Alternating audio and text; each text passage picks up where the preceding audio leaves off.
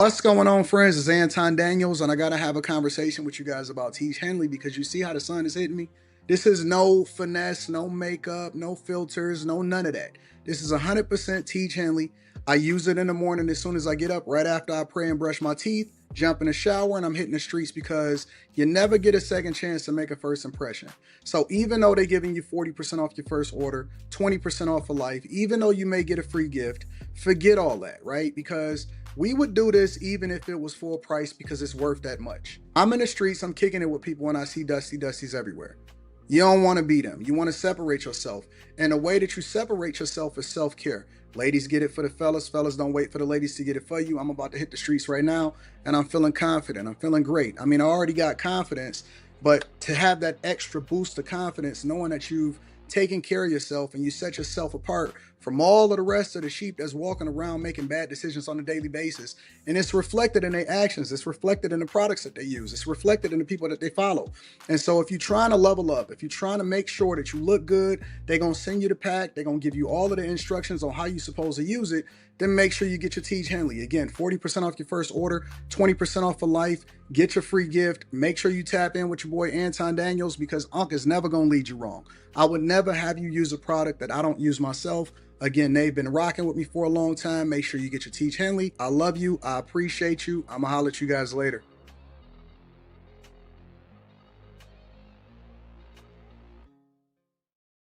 What's going on is Anton from AntonDaniels.com. I appreciate you guys for continuing to rock with me. Let me know if my audio is correct, because I'm testing out audio right now.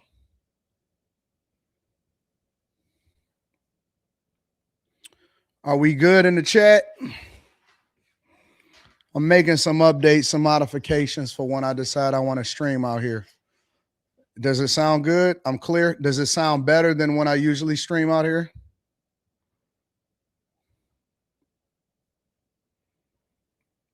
Let me know. Does it sound better than when I usually stream? Is it better using a microphone, or is it better than for me to just let the audio do what it do? Sound more crispy? All right, good. That's what we want. That's what we want. So when we stream out here versus streaming in there, because we're gonna do a combination of both, then we'll make the adjustment. But Sundays is when we can kind of kick it, chill, make it do what it do. What's going on, all of my friends? I see Drill Sparrow, U-Haul, TV, Loso Way, PV, Derek Thomas, AJ Wise, Tails in the building, my girl Rihanna. What up, OG? Mrs. Reptile says, Happy Resurrection Day. Happy Resurrection Day. Happy Easter. Happy Easter. What up to my Bag Chaser family? What up to V. Nicole, Gate City? I see y'all. Nah, Corey P in the building. What up, though? I'm watching from Pittsburgh, one of my favorite cities. I love Pittsburgh. What up to Will Nola? Legacy Media Group. What up, though? My dog Kwamen. What's going on? Purple Haze, what's happening? Just I don't expect for much to go on today, but you know, I wanted to come into the studio and do some work. And then I figured we do need to do a makeup show from Friday. Friday was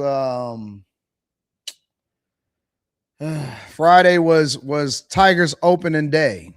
And so that's almost like a holiday here in Detroit. It might be the biggest holiday in Detroit. Tigers opening day might be the biggest holiday in Detroit. And it was awesome. It was pretty good. Like you could see what's happening. It was a lot of motion, a lot of movement. It'd be full. I mean, the streets is packed. Downtown is basically shut down. Everything is just popping on Tigers opening day. That might be one of the biggest days in the city is Tigers opening day. And if the weather is good, it's over. You could forget it. If the weather is good, it's over, bro. It's absolutely over. So what's up, friends and family? How y'all feeling today? Y'all feeling good? All right. Well, we good. All right. We got a lot to cover, a lot to go over. Obviously, a lot's been happening. I see my girl T Bunny in the building. Jay, Marquise, Fa Brown, 404 Day. What is 404 Day? I heard about that. I seen that on social media. Let me see what's happening in 404 Day. 404 Day. Really? Let me pull it up. Let me see if y'all got anything that they mentioned about it on YouTube in particular. Let me see. 404 Day. You can find anything on TikTok and oh,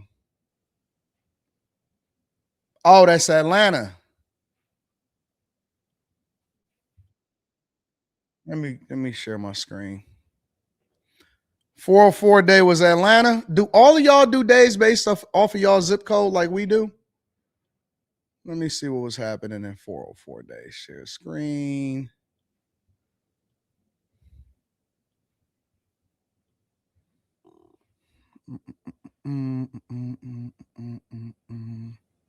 Day, a celebration of Atlanta's culture, and there is a lot going on around the city. Atlanta News First reporter Niamani Watson joins us here with more on the festivities. What an exciting way to kick off the weekend. Yeah, an exciting way indeed. There's literally something for everyone today, from parades to a free music festival at Piedmont Park.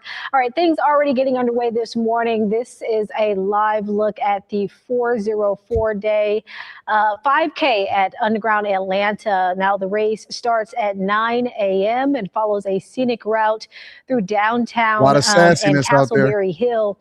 Then at 10 a.m., it's the second annual 404 Day Parade. That's along Peachtree Street. And then the main event, the free 404 Day Festival at Piedmont Park. There will be live music performances, food vendors, and so much more. Yesterday, Mayor Andre Dickens honored several people to kick off the weekend. He says 404 Day is all about celebrating the best of ATL and touched on his mission to better the city. The culture, the community, and the connections that we have with one another. And so as we move forward in the second term, I really want you all to know. Are they even listening to him? Fully committed to this mission. That means that we will work even harder to make sure that we have safer neighborhoods, more affordable housing, and more opportunity for everybody. And you know what I hate? I think that politicians, like it's a time and a place for everything. You don't always have to be pushing an agenda. You don't always have to be, going in and saying what you're gonna do and all of this stuff. Like, I got politician fatigue, to be honest with you, bro. I genuinely have politician fatigue, and I don't even know if that's a real thing. I have politician fatigue. I get tired of them. Oh, it's like, yo, are you even a regular person? Or do you have to push an agenda every single time? Politicians, I think, would do a lot better if they just showed themselves to be normal people in normal settings instead of always having to be, I'm going to look at that in a minute, TS Car Wash and Detail Service. Instead of always having to be on, always having to be that, always having to be that. It's like, yo, where's the regular people at in these streets? Ain't nobody normal no more? To Atlanta police confirming at least one person is dead, another injured after a shooting at Piedmont Park. Our Galat Malamed live for us at the 1000 block of Piedmont Avenue Northeast. Galat, all of this happening during 404 Day celebrations as they're wrapping up. And a lot of people are still out here tonight, Angelina, much more than on a typical night, of course, because 404 Day was here. Now, police say on scene that one person is dead and another person is at the hospital injured. You could see there's still some police out here, a smaller presence than when we first got here, but still several offices in the area. Piedmont Avenue is back open now. It was closed off earlier north of 12th Street. This is some video earlier from somebody who was on scene as police were responding to this area, rushing to the scene. We are expecting to get sound from Atlanta police this evening. We're still working to learn more if there's a suspect who's been caught in this, any further injuries. So that is some of the answers that we're hoping to get when we speak to police tonight. But we do know that gunshots were heard at both ends of the park because I spoke to an employee at Willie's Cantina. So this is on the Piedmont Avenue side. They said they heard gunshots. We also know that employees in Park Tavern. So on the other side by the Beltline, they also reported hearing gunshots. An officer here tells me that the actual crime scene tape was in the park by the pond, so not out here where the police presence is, but we will bring you all the up. So of course there's going to be violence, and I don't attribute this just to the culture or just to Atlanta. I think that this can happen anywhere. I know here on Tigers opening day, it's like a bevy of a lot of different things, right? So, for example, here, let me show you some of my screen. White people is out, they partying. Black people is out partying. Everybody freeze, independent. So, this is what it looked like here in Detroit on Tigers opening day, as far as the different people that be partying, and they out and about all the time. This is near Comerica Park. The streets basically shut down. Everybody is in the streets. Everybody is out and about. This is the daytime, right? It's a lot of day parties. That's what Woodward is. So a lot of people don't even realize that Woodward is the first paved street or the first paved road in the United States of America. So all of the white people turn off, they call off work. Obviously the Tigers won. This is what the black people be doing in their spots. They partying, right? And this is called the Alley in downtown Detroit. And so it's full, it's lit. It's white people, it's black people. Everybody be having a Tigers gear on. And Detroit is popping. Like, it's a really, really fun place to be. But that's not all that happened on Tigers opening day. Like everybody else, we always have copycats, and our teams are copycats also, and they decided that they wanted to join in on the fun. Also, we begin the Edge tonight with breaking news from downtown Detroit. A large police presence in Campus Marshall Park. Sources say officers have been tracking a group of kids in the area. It's part of a so-called city takeover that was advertised on social media.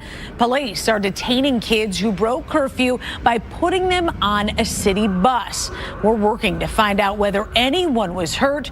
A curfew is now in effect, so any unaccompanied minors still downtown are subject to arrest. For the second time in 2 weeks, teenagers took over downtown Detroit last night. The trend has become popular in cities all across America. And our Veronica Ortega is hearing from businesses on how this trend is impacting them. While many people were celebrating the Detroit Tigers' home opener win, dozens of teens were being handcuffed and put into the back of police vehicles. So I kind of try to stay out the way. So let me say this, number one. Like I was telling Quentin and everybody else on After Hours on Friday, this is happening all across the country. And when I say all across the country, it's happening all across the country. I want to salute the police officers, not only in Detroit, but also in different parts of the country. We've seen it happen on Daytona Beach. Last week, it was a lot of schools that was out for spring break here in Detroit. And they was everywhere. They were. But I do want to salute the police officers, because the one thing that they did differently here is they was arresting them. They was arresting them. They was putting them in the paddy wagon, and they were fining their parents at least $250 a piece. When your kid got caught out there after curfew, the kids was running inside of the restaurants and stuff like that to try to get away from the police. They were holding the parents accountable, the ones that they caught and the ones that they arrested. And if anybody was causing any problems, because I could tell you, I went out and I went to go check on the project that I was working on, right?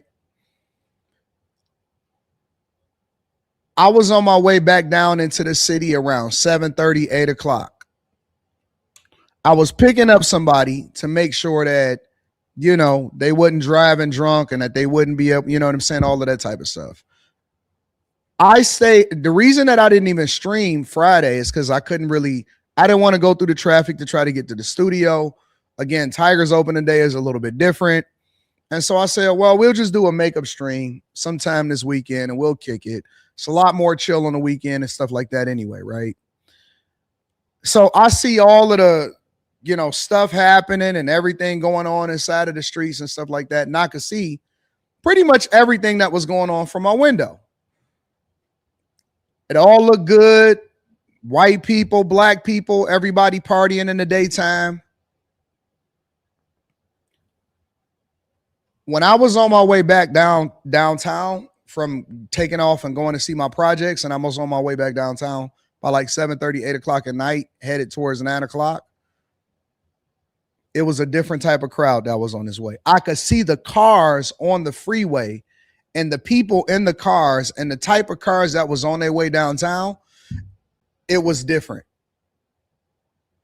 It was 100% different. It was a whole nother demographic and group of people. What's up, Montina?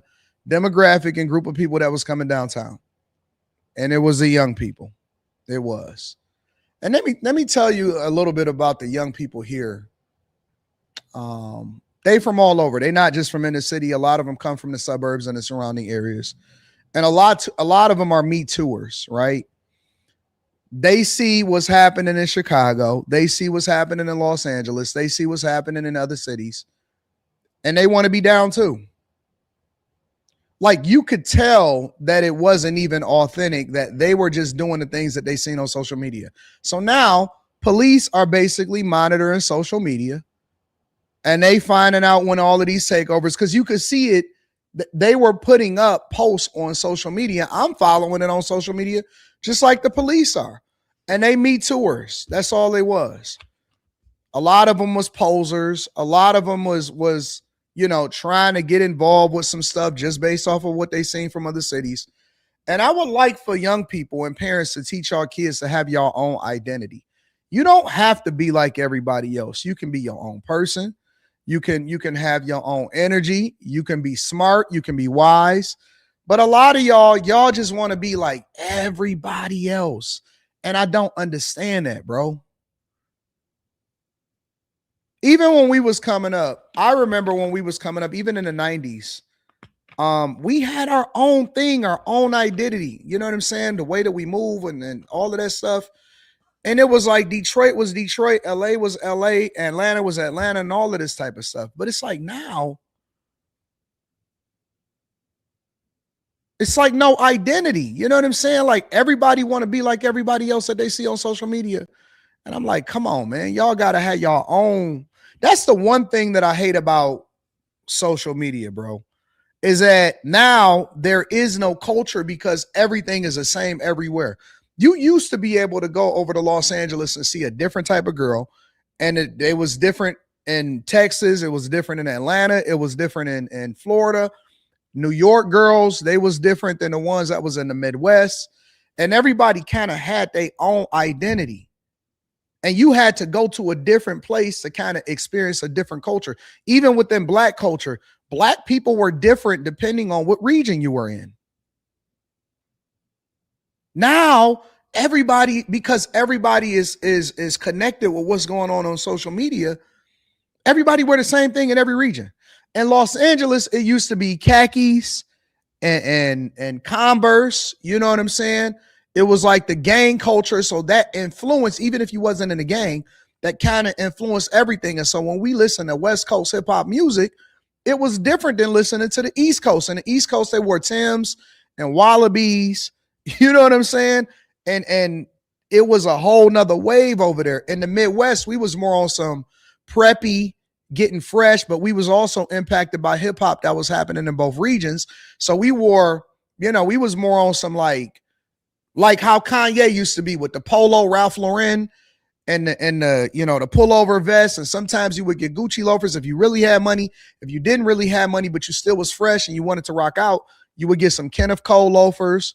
You know what I'm saying? And so we was more with the preppy / hood. And if you was hood, then you was wearing Jabos and all of that stuff, right? And in the South, we all know what the South is. The South, they had their own thing, their own movement. They dress how they dress. It was what it was. But my point is that every place was different based off of the state or even the region. The people in Ohio was different than the people in Detroit. Now with social media, Everybody looked the same. They almost like the YN look, with the, like, I remember here in Michigan and Detroit, we was always in the tapers, fades, like, how Rodamez looked on Juice. Like, even when you had the big hair, it was still tapered and faded out. You know what I'm saying? And it was more like a cleaner, preppy type of look. And then the dreads and stuff, that was more down south. That was in Atlanta, Florida, Mississippi. Yeah, we used to have Pellies and all of that type of stuff. And down south, that was the dread heads. You know what I'm saying? On the West Coast, they was always into the gangster look. And on the East, these niggas just look dirty, in my opinion. It wasn't no pretty boy look or none of that type of stuff.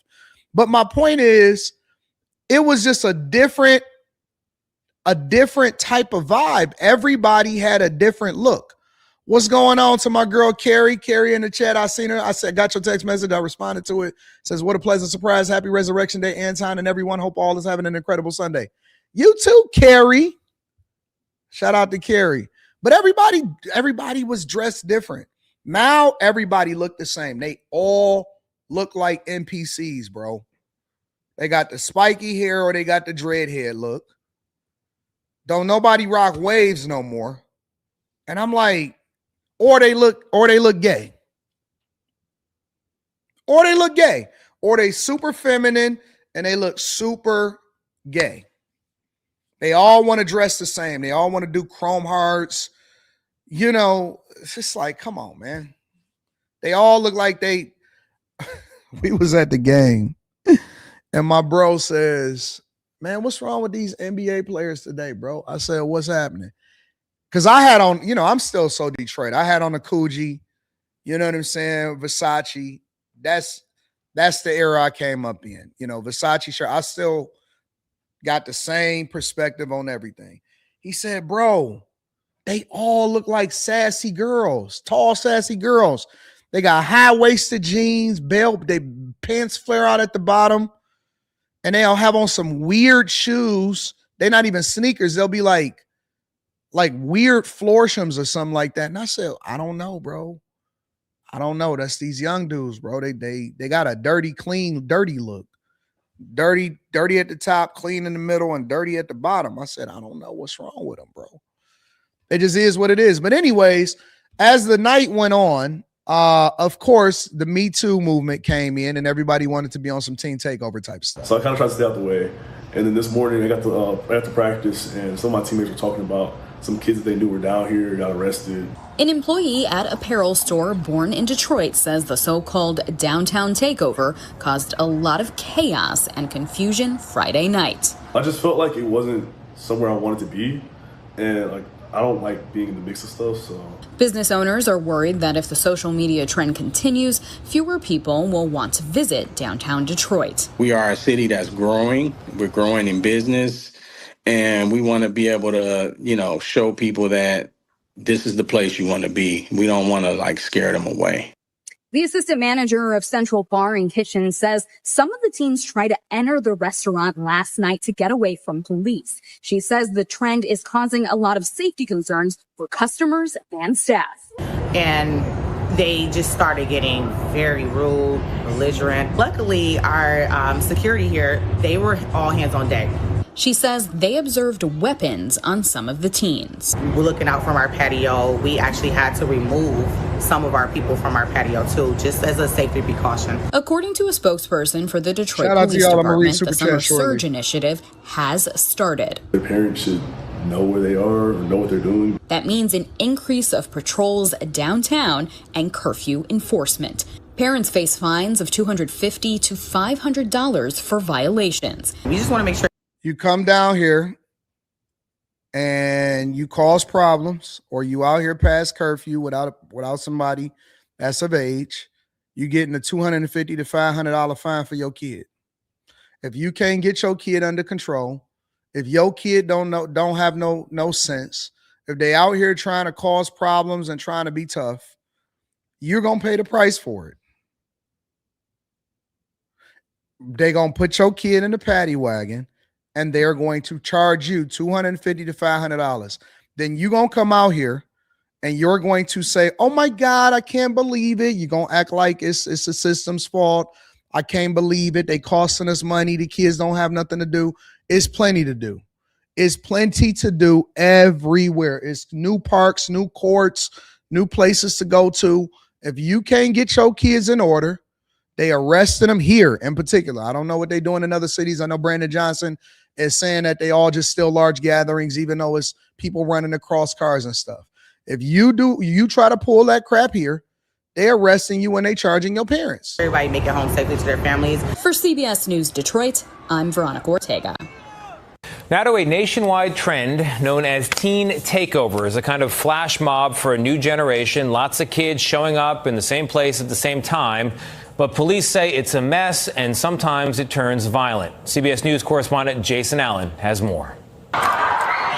Sheriff deputies sprinted to break up fights as teenagers swarmed a trampoline business near Tampa. Just a teen takeover. In Chicago, teens raced up streets, running on. Y'all got a different breed of kid in Chicago, bro. I'm not even gonna cap, bro.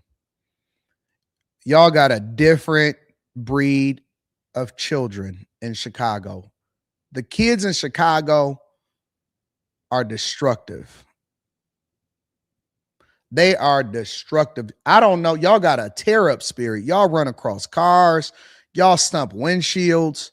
Y'all don't even just come in and take over on some like we trying to be, just out here in the streets and causing problems, whatever. Y'all tear up stuff in Chicago. Y'all different. I don't know what's in the water in Chicago, but y'all are a different breed. Top of parked cars.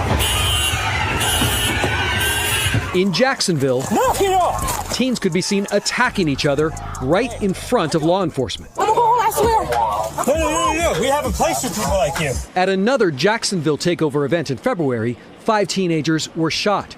Organized on social media, a wave of spur-of-the-moment meetups has been creating chaos in American cities and has even spread overseas. Is it advertised as a let's come cause chaos? And that's what I'm saying about social media. That's the bad part about it, is because now, even in other countries, they mimicking what they doing in the hood here and in the team takeovers. What do you mean it is spreading overseas? This is so dumb. For the most part, yes, that's what it appears to be. It's bring your drama. In Mesquite, Texas, police keep a close eye on social media for posts advertising the teen takeovers. When police found out that there was a takeover planned here, they started adding more resources like this, visual deterrence to let kids know they're watching, and it worked. The takeover didn't happen.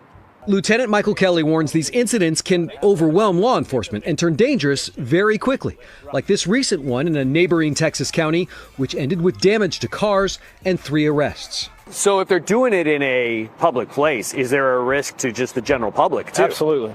Yeah, and that's why we have to be out here, because we have to maintain safety and security for everybody. Police say they're tracking the trend closely, trying to prevent the next takeover. Look at that. It looked like ants. It looks like ants down there. That's insane. That is absolutely insane. Let me know what y'all think inside of the comments. Make sure y'all tap into the Patreon. Link is in the description as well as pinned to the top of the chat. Carrie says, because of my coverage of Chicago, she don't feel like she ever needs to go. Honestly, Carrie, I think that we need to travel everywhere else. I think that we need to travel more than just Chicago. It has to be, bro, it's so many other places to visit outside of just the main places we've been visiting for a long time, right? One of my favorite cities is Pittsburgh. I love you. You should go to Pittsburgh instead of going to Chicago, honestly. I went to Indianapolis before. That was awesome. They got a dope zoo in Indianapolis. Like, we got to start exploring more. I need to go to Rhode Island. I don't think I've ever been to Rhode Island before. I never really explored as much as I should have Middle America. I'm still trying to get over to Wyoming. I want to see what Wyoming is talking about. I need to get over to certain places in Arkansas, right? Like, I want to visit a lot of places. I went and visited Jacksonville before. Jacksonville got a small airport. And even when I go to certain states, like when I go to California, California is massive. I'm going to Atlantic City probably, let's see, I got to go to London in a few weeks. I go to London at the end of this month, and then I go to Brazil at the beginning of next month. And then after that, we doing a Patreon. So I think we doing a Patreon meetup in June.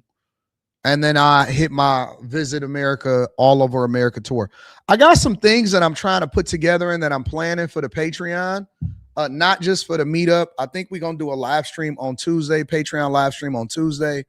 I'm dropping the video on Patreon tomorrow, and then we do the live stream on Tuesday. And I'm putting together a series of different videos, not just vlogs. So in addition to the vlogs, in addition to the live streams, in addition to the meetups, another thing that I'm doing in the Patreon is I got this new series that I'm working on. And it's kind of like, I don't know if y'all remember the series Dirty Jobs, but it's not Dirty Jobs. It's like, because I keep seeing these videos of these women saying how hard it is to get a job.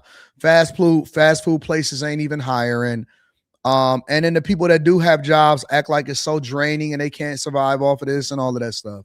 So one of the things I'm putting together is kind of like a mixture of, okay, documenting how hard and how difficult it is to get a job, A, and then B, documenting whether it's difficult to actually work that job or not.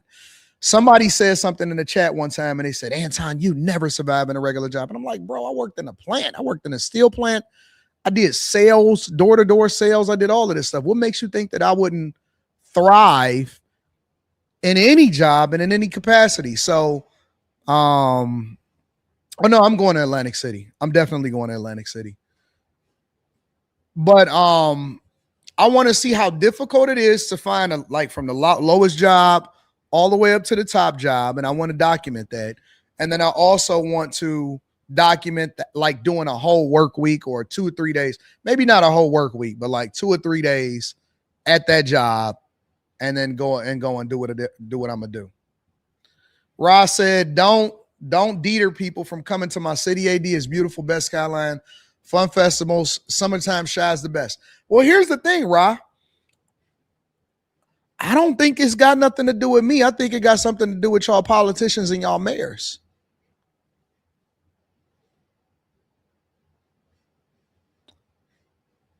Usually I worked at Root still. I think it got more to do with y'all politicians and y'all mayors. I don't think it has anything to do with me or anybody that's preventing people from coming to the Shy.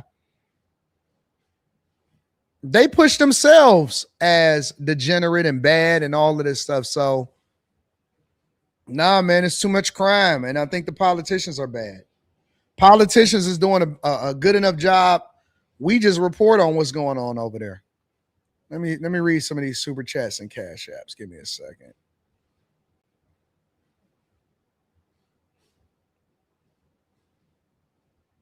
Shout out to Mike that dude says Larry June is trash.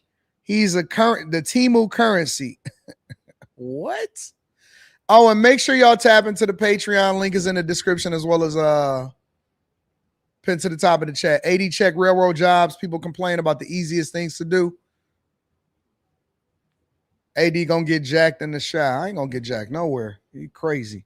Shout out to April Flowers, says your drink. I appreciate you, April Flowers. Thank you. Smith says April 1st podcast. So many missed point. Not us. Shout out to Smith. I appreciate you, Smith. Let me see what else. Restaurants got to be the easiest jobs ever.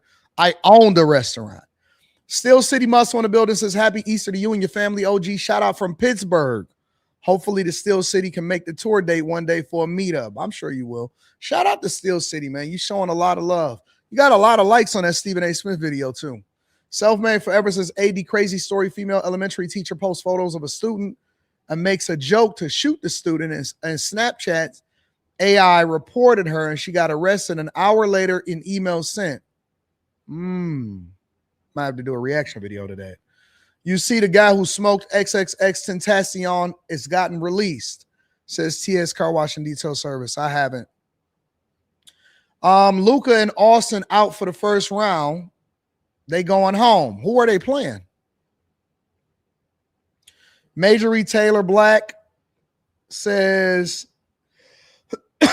tariffs, tolls, duties, the bag, check, salute. Shout out to you. TS says yesterday performance is why Jokic is the MVP. Easy. I think it's going to be a good playoffs.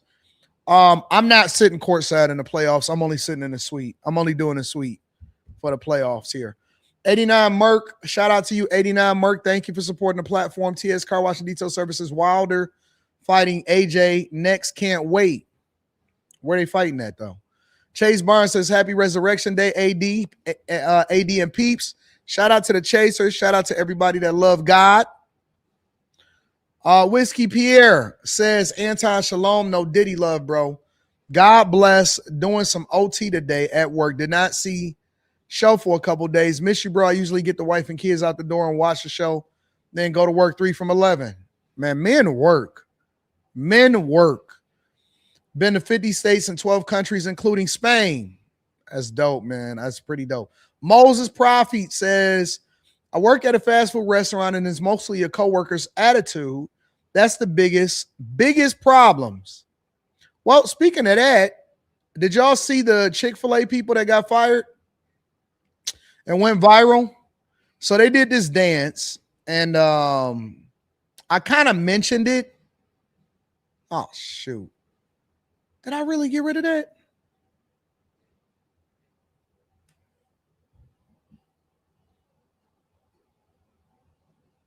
I'm going to get to LeBron and Memphis in a minute. I hope I didn't get rid of it. Let me see.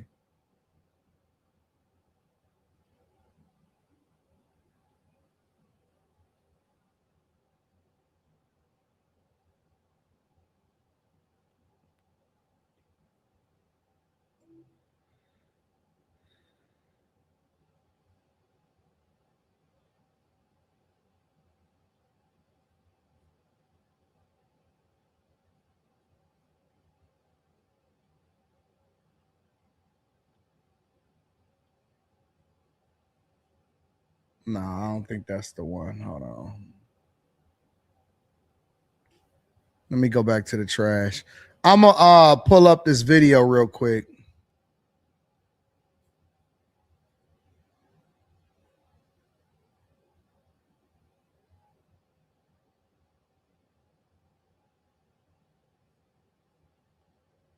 LeBron.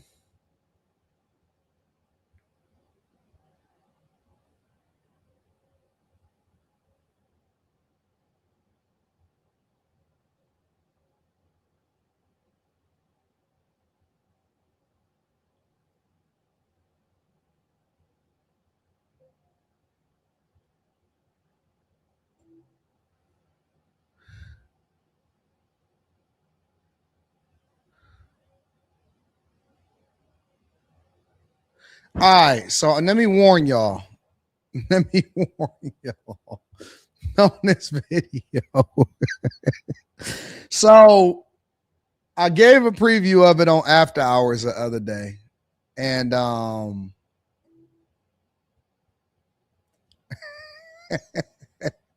it's a lot of sass in this video. All right. So I've seen people talking about it and reacting to it, but I wanted to get down to the source. All right. So what I like to do is I like to go and actually find the video of the person that originally posted it. And then I also want to get their perspective on why they posted it, what was going on and everything, right? Why are you saying don't play it? I got to play it if y'all want me to actually give y'all the context on why they fired the entire crew of black people at Chick-fil-A. Because I also had originally seen people saying that it was racist and stuff like that. Nah, I got to let y'all know. I got to show it to y'all, all right? So, over at Chick-fil-A, they fired the whole crew for this video right here. Now, I got rid of the music of the video, and then it's going to go right into the person, the last person that was on the video, and he's going to start explaining exactly, because obviously I can't play the music that they were doing it, but this is what they was doing at Chick-fil-A that then got them fired. It was a viral video.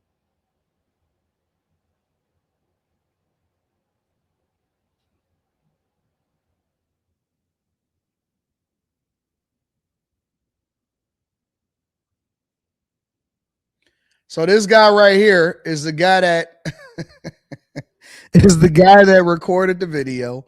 He posted it, and he's also the person that is going to explain his perspective on why they got fired from Chick-fil-A. All right.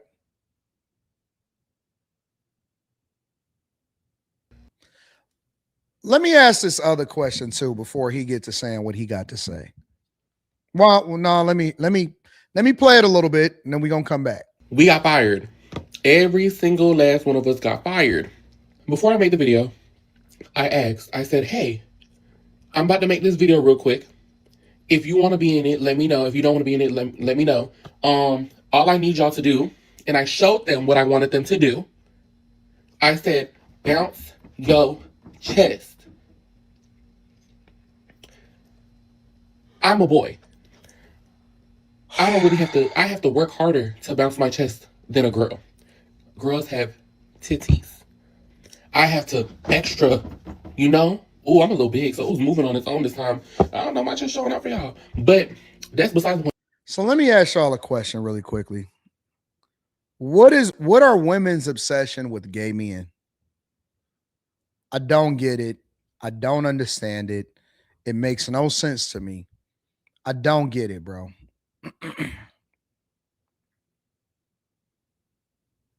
I don't get it, man, because even a lot of times they'll even say, oh my God, it's too many gay men. It ain't no good men out here. I went to this person's Instagram profile, bro. I mean, not Instagram, his TikTok profile. And I said, what is happening? They love these guys, bro. They love them.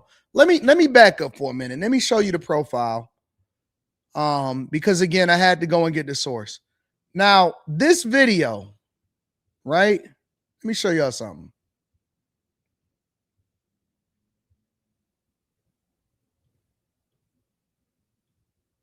This is the guy right here, right? The video got 7.3 million views, right? And then his response video to it, hold on, let me show y'all. This video right here got 1 million views. 1 million views on the response video. Y'all in the car with them, y'all TTing and jumping up and down with them. What is wrong? From young women to old women. Look, and their friends are y'all friends. Look. And I'm not saying this to diss him. Look at this nonsense, bro. What do y'all see? Like if you go over to his response video that we're reviewing right now, right?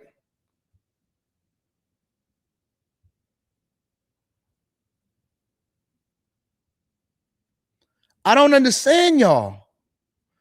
Look at the women. Y'all serve though, and then they sorry about that. Says y'all serve though when they do this, right? Like, I don't get it. And black women love. I mean, love. And when I say love, they love gay men. I don't know what it is. I don't know how that works out, what the level of obsession is or anything like that. But y'all love gay. I don't get it. I don't understand it.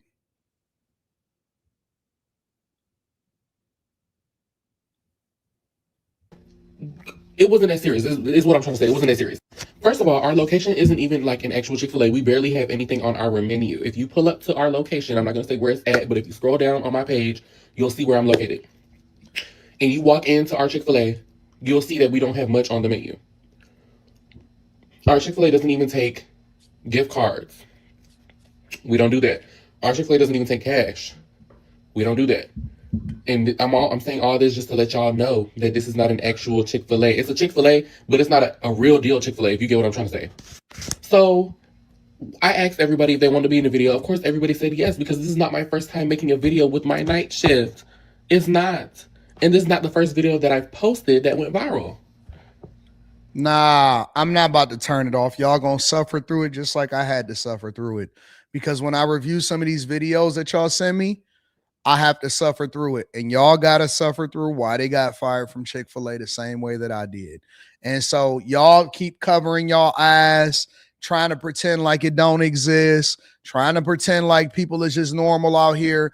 And that's why we don't solve for and deal with the issues that we got to solve for and deal with on a regular basis, because y'all keep pretending like it don't exist. And y'all like, no, man, turn it. Nope. I want you to see it. You got to see it. It's like, you know what? This epidemic and pandemic of alternative lifestyle is like, y'all are like white people that tried to pretend like the drug epidemic and the crack epidemic inside of the hood wasn't a real thing.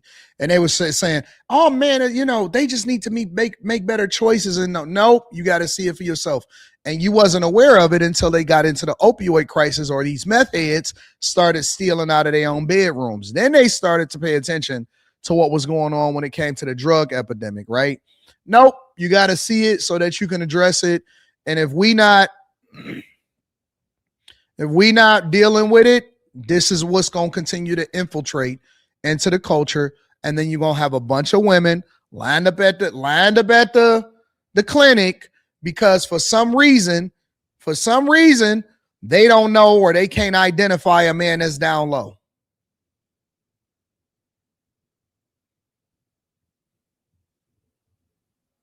Y'all go down to Atlanta because it's the Black Mecca. Get with guys that got lip fillers and injections. Say, oh my God, I'm going to marry him, and then can't figure out why you got AIDS. And it's like, Ray Charles could see that this dude is down low. You can't see it. Your homegirls see it. They see it. Your mama see it. Your daddy see it. You can't see it. Oh no, he not down low. He's just extra feminine, but he just understands women.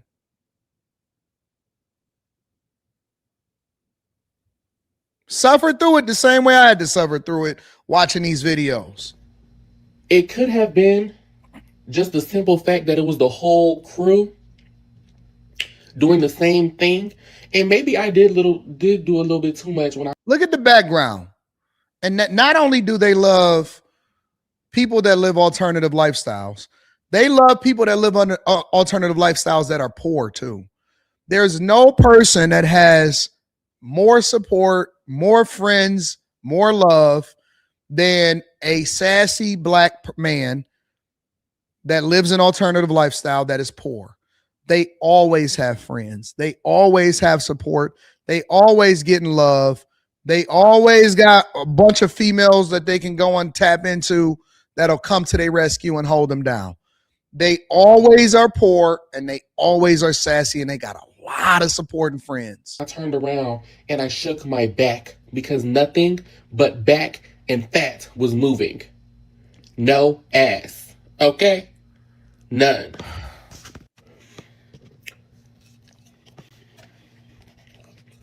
I can't. All right.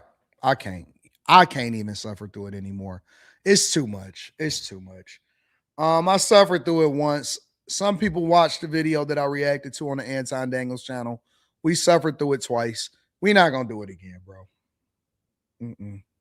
I just can't, bro. It's too much smacking, too much extra, too much overly going. I can't do it, bro. But the fact of the matter is they fired the whole crew because they doing too much. And y'all need to be careful what y'all posting on social media and what y'all continuing to celebrate. And when I say the culture is trash, that's one of the things that I say is trash.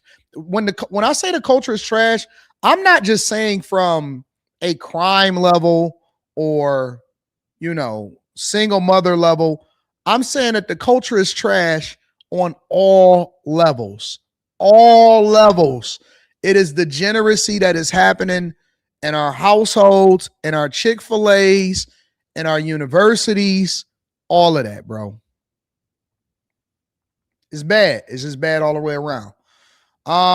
Shout out to Chase Barnes says they were trying to mess up Jesus's chicken. And Chick-fil-A is a conservative space. Y'all can't do what y'all want to do. T-Fade TV says, happy Easter to Town and the Bag Chasers. Just a reminder, Pooh Shiesty also from Memphis.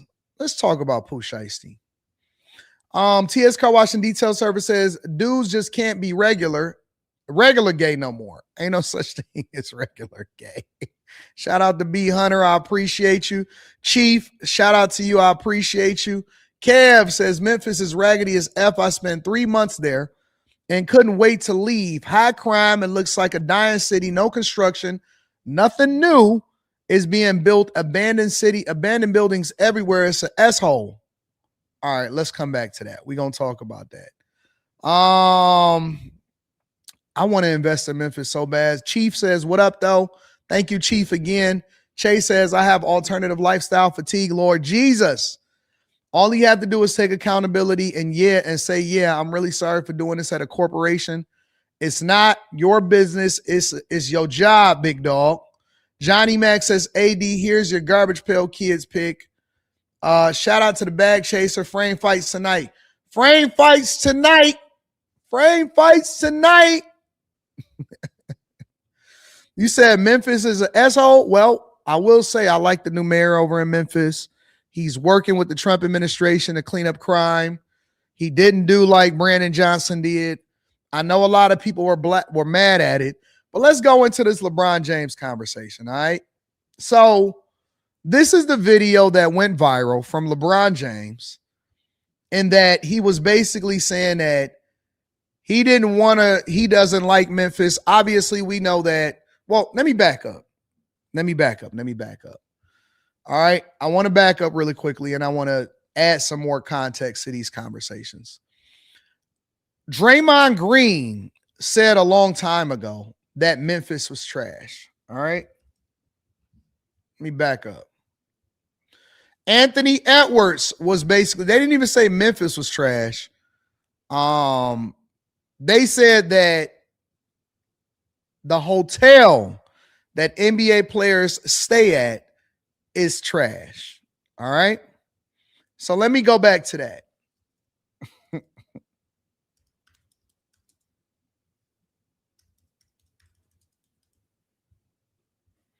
I'm going to bring y'all all the way back.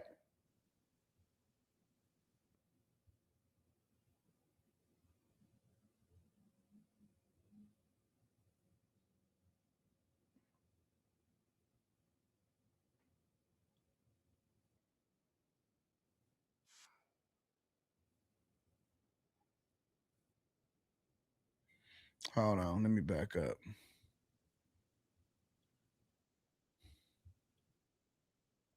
Was this the video? Yeah, this is it.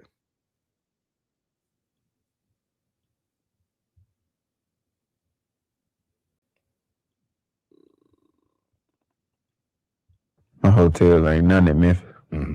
Ant-Man's pretty blunt about it, but yes, I think they may have the. You walk into a hotel room and just be like, wow, thousands of people have slept in this bed before me. Yeah. Especially when we go to Memphis. I'd be like, damn, my hotels ain't none in Memphis. No shit be dirty. I walked in the Memphis hotel one time, I had stains and shit on the bed. Stains and shit? Stains and shit. They broke in your room for you? Nah, they ain't break in, but. No, I'm saying they broke it in. Yeah. But it's Memphis, so they might have also broke in. For sure. Memphis, shout out. Shout out Memphis. Yeah. Shoot out Memphis. Nah, shoot out. Whatever you say. Yeah. So Anthony Edwards kind of started the conversation, right? Draymond Green then elaborates.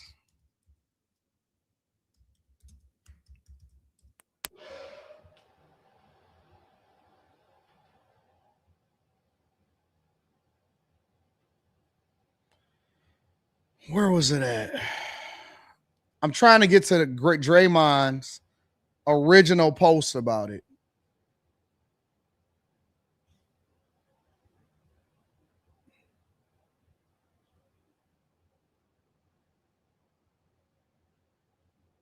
And so Ant-Man's pretty blunt about it. But yes, I think they may have the worst group of hotels in the league. For sure. We had an issue there where we used to stay at one hotel in Memphis, and this dates back.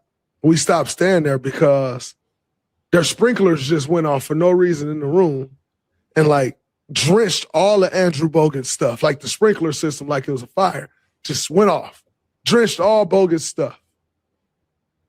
And they didn't want to do anything about it. So we switched hotels then, right? So it's been an issue. It's gotten a little better, I must say, but it's still not the other cities. So we'll see what happens in Memphis with the hotel. So that's what Draymond Green then said about Memphis, right? Then LeBron James recently said this also. Saying at the at 41 years old, you think I want to do that? Being in Memphis on a random ass Thursday. I'm not like the first guy even talk about in the NBA. Like we all like, you guys have to move. Just go over to Nashville. You got Vanderbilt over there. You got the NASCAR. You got a stadium. Don't they got a hockey team too? Yeah, Predators. Yeah. Like they got everything. Doesn't look like LeBron's going to be on the Grizzlies anytime soon, so Grizzly fans out there. Yeah, they know. Their only chance was in 2003 if they would have won the lottery to give me that. And I might have pulled a Eli Manning and not showed up. So everybody is now mad at LeBron James for saying that he don't like playing in Memphis. Now, another thing that he said is he don't like going to Milwaukee. He said that in the videos. He said he didn't like going to Milwaukee. He said, well, he kind of doubled down. So let me add some more context of what he said, because this is also what he said when he was questioned. Actually, you know what? I'm not even going to pull up that video. I'm going to pull up another one.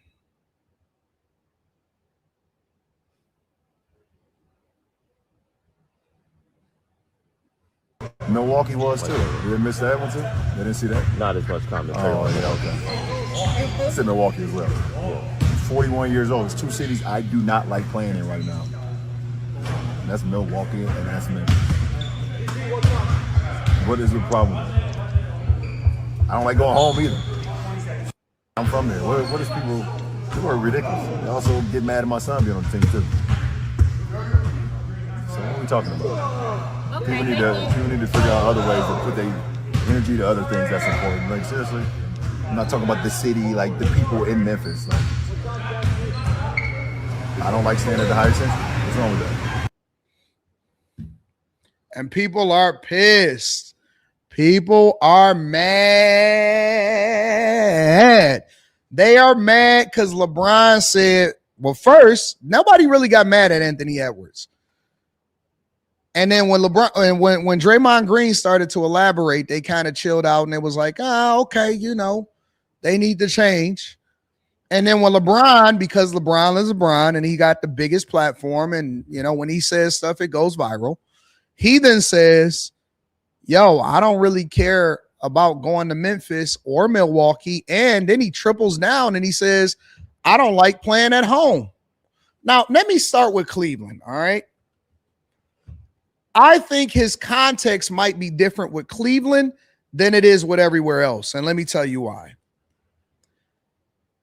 I don't know what it is.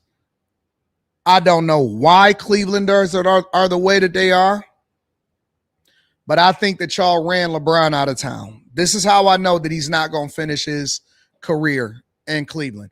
Him saying this right here, and I hate, I don't care what Slimmy say. I'm using Slimmy as an example. Him saying this right now tells me that the feeling is mutual. I don't think that he thinks that Cleveland appreciates what he has contributed into the city. And when I talk to Slimmy, for whatever reason, or I talk to some other people that are from Cleveland, for whatever reason, they hate on LeBron. They say that LeBron is not the man, that he's not the greatest. They be like, no, man, he ain't from Cleveland. He from Akron. And it's like, but he y'all own. He's your own. See, look at the people in the chat. He's not from Cleveland, dude. Y'all are crazy, bro. Y'all are insane. When we say that somebody is from Detroit, you don't even have to necessarily be from the city if you're famous.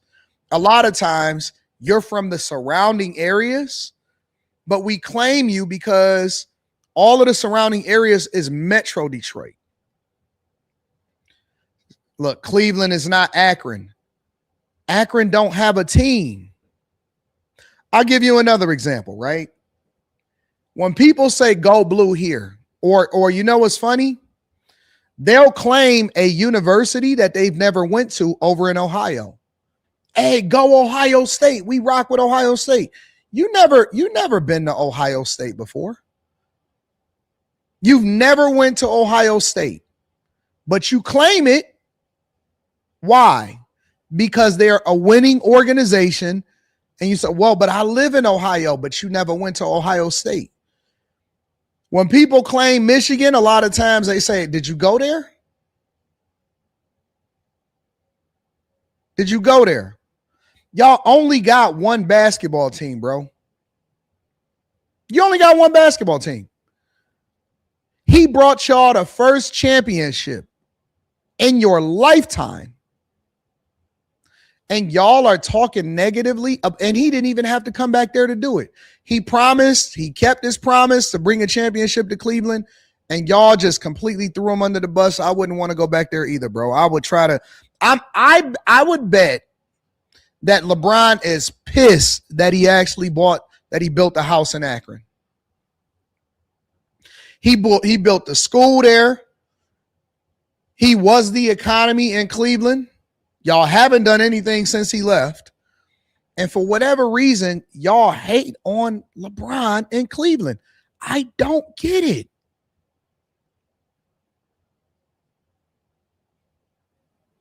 I don't get it. It makes no sense to me. If, man, he will probably never say it, but I guarantee you that he never, ever stays at that home in Akron. He probably wants to tear it down, but he already put too much money into it, and there's nothing he can do about it. But he did it when he was younger.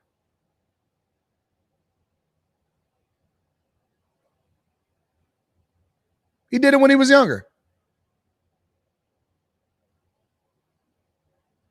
I don't get the hate for Cleveland or for LeBron from Clevelanders. Is that what y'all call yourselves, Clevelanders?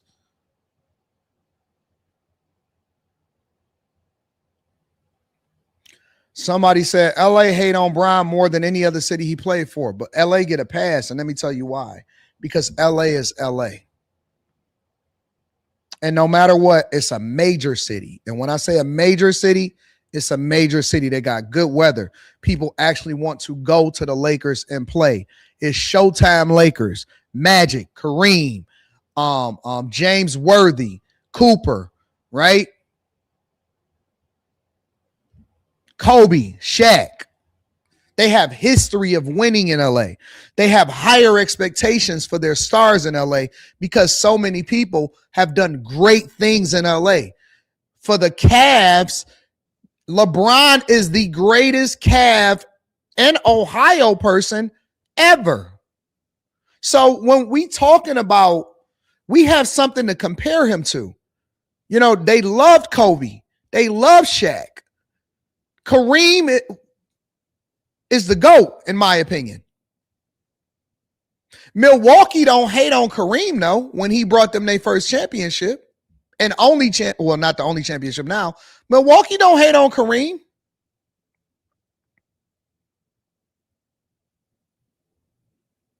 It's crazy, bro. Crazy. I don't understand it. I don't get it. All right. So that's my first take on that. The second thing that I have to say is he did not hate on the people, but let's mine this out. He's being a little disingenuous here. I think LeBron has gotten to the point in his life and in his age where he feels comfortable saying whatever he want to say, whenever he want to say it.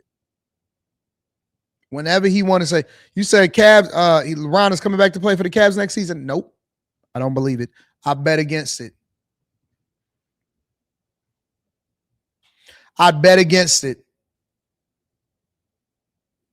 I don't think he's ever coming back. I think that he want to finish off his career in LA. He just built a house in LA. He just built a house in Los Angeles. His son played for LA. I don't think that he ever going back there. I don't think at all. I think LeBron wants to finish his career. He wants to. Whether he does or not, I don't know. But I believe that LeBron wants to finish his career in Los Angeles. I don't think he wants to move to any other teams. Even if he did go back to the East Coast, he would probably go back to Miami. But then he fell out with Pat Riley so much that he wouldn't do that either.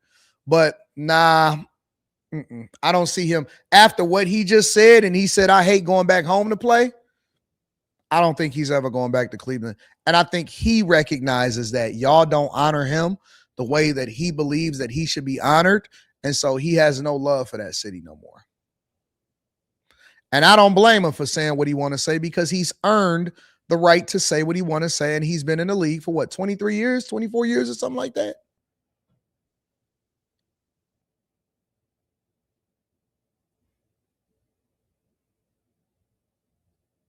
Crazy. But I think that a bigger conversation is, what is going on with Memphis? What is happening with Memphis? Let's move on from the LeBron conversation for a second. It's a guy that is going around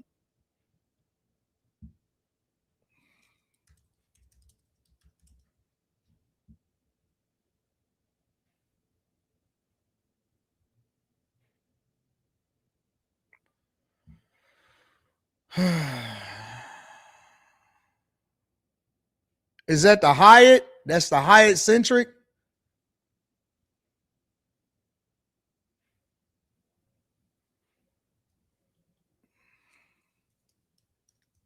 This hotel is getting more visibility than ever before.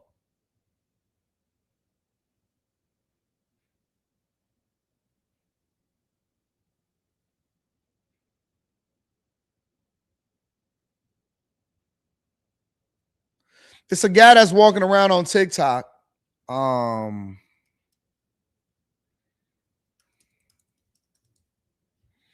And he's basically going around and saying this is the hotel that they dissing and all of this stuff.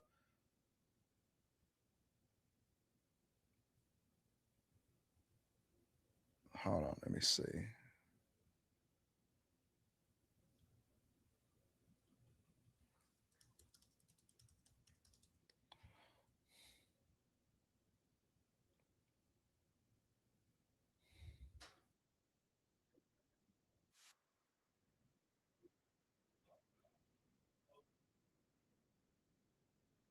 Elitist NBA players where ain't nothing good enough for them unless it's a palace to stay in. But this the West. That's the FedEx Forum where the Grizzlies play, and a lot of NBA teams come down here and stay at the Westin right here. Now, I'm gonna go in here hoping I don't get kicked out. But if I do,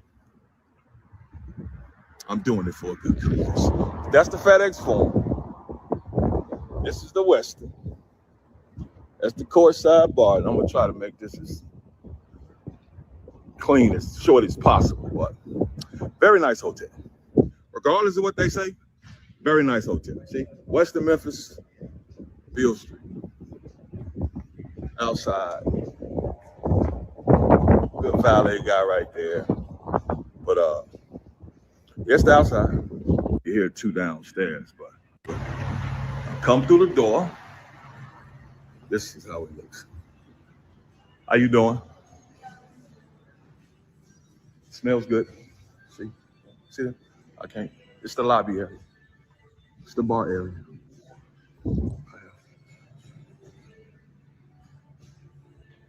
Yeah, I mean, it looks like a very basic hotel. Bro, bro, y'all got to get out and see what a hotel really look like. It's not that the NBA players are spoiled, and I get it. I don't think it's that the NBA players are spoiled. I think that they're used to a certain level of accommodation. right? When you stay at when you go to cities, major cities, most of the time, the qualifications is that you have a certain type of level of hotel. If y'all ever, when I went to Japan, I stayed at the, not the Four Seasons, whatever the highest is that you can get at the Marriott, right? Somebody in the chat, name it for me. It was one of the nicest hotels. When I was in Tokyo, it was one of the nicest hotels that I've ever stayed in. It was beautiful. It was gorgeous. The service, everything was just, it was on a whole nother level, right? What I'm saying is that not a Sheraton. Let me see.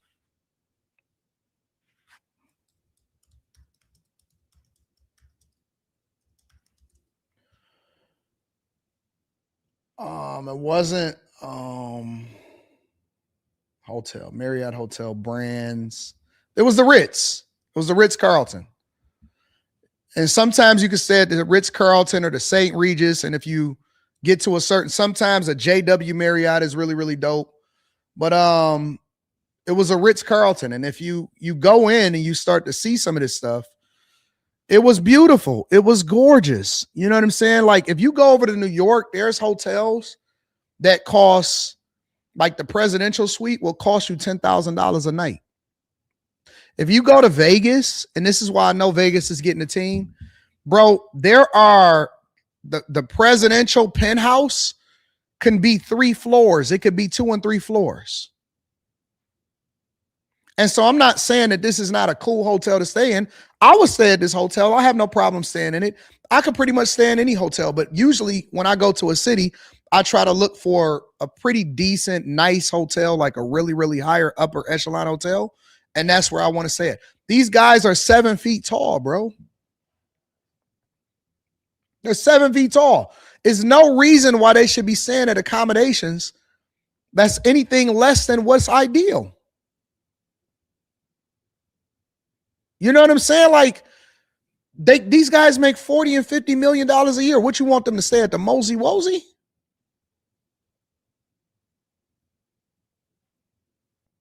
Like these is NBA players. You know what I'm saying? They shouldn't be having bugs in their hotel rooms and stains on their sheets and stuff like that. Are you crazy? Like this is like, I know y'all trying to show off, and shout out to Memphis, bro. Memphis, I got to get there. I don't have any criticism for Memphis because I haven't been there yet, and I plan on going to Memphis.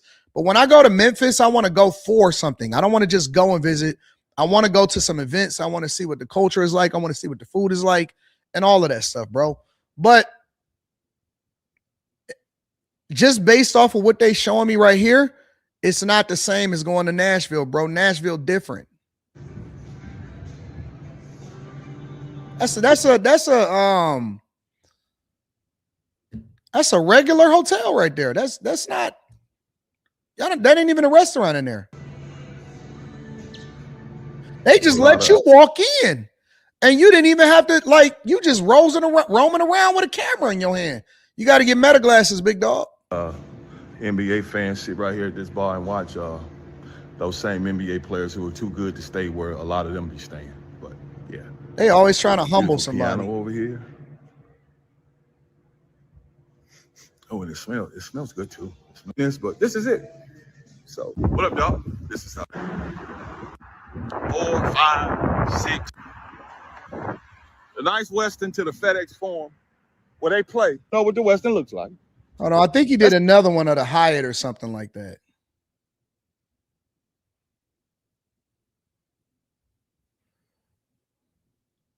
So I'm still here in downtown Memphis, and just so happened I was walking and doing lives on IG, and I'm coming to Hyatt, the one that LeBron don't like to stay in, but Toronto Raptors got here last night. They getting ready to play the Grizzlies. So Smoke Dog, holla at you. This is my guy Smokey from Fairleigh High School, my boy.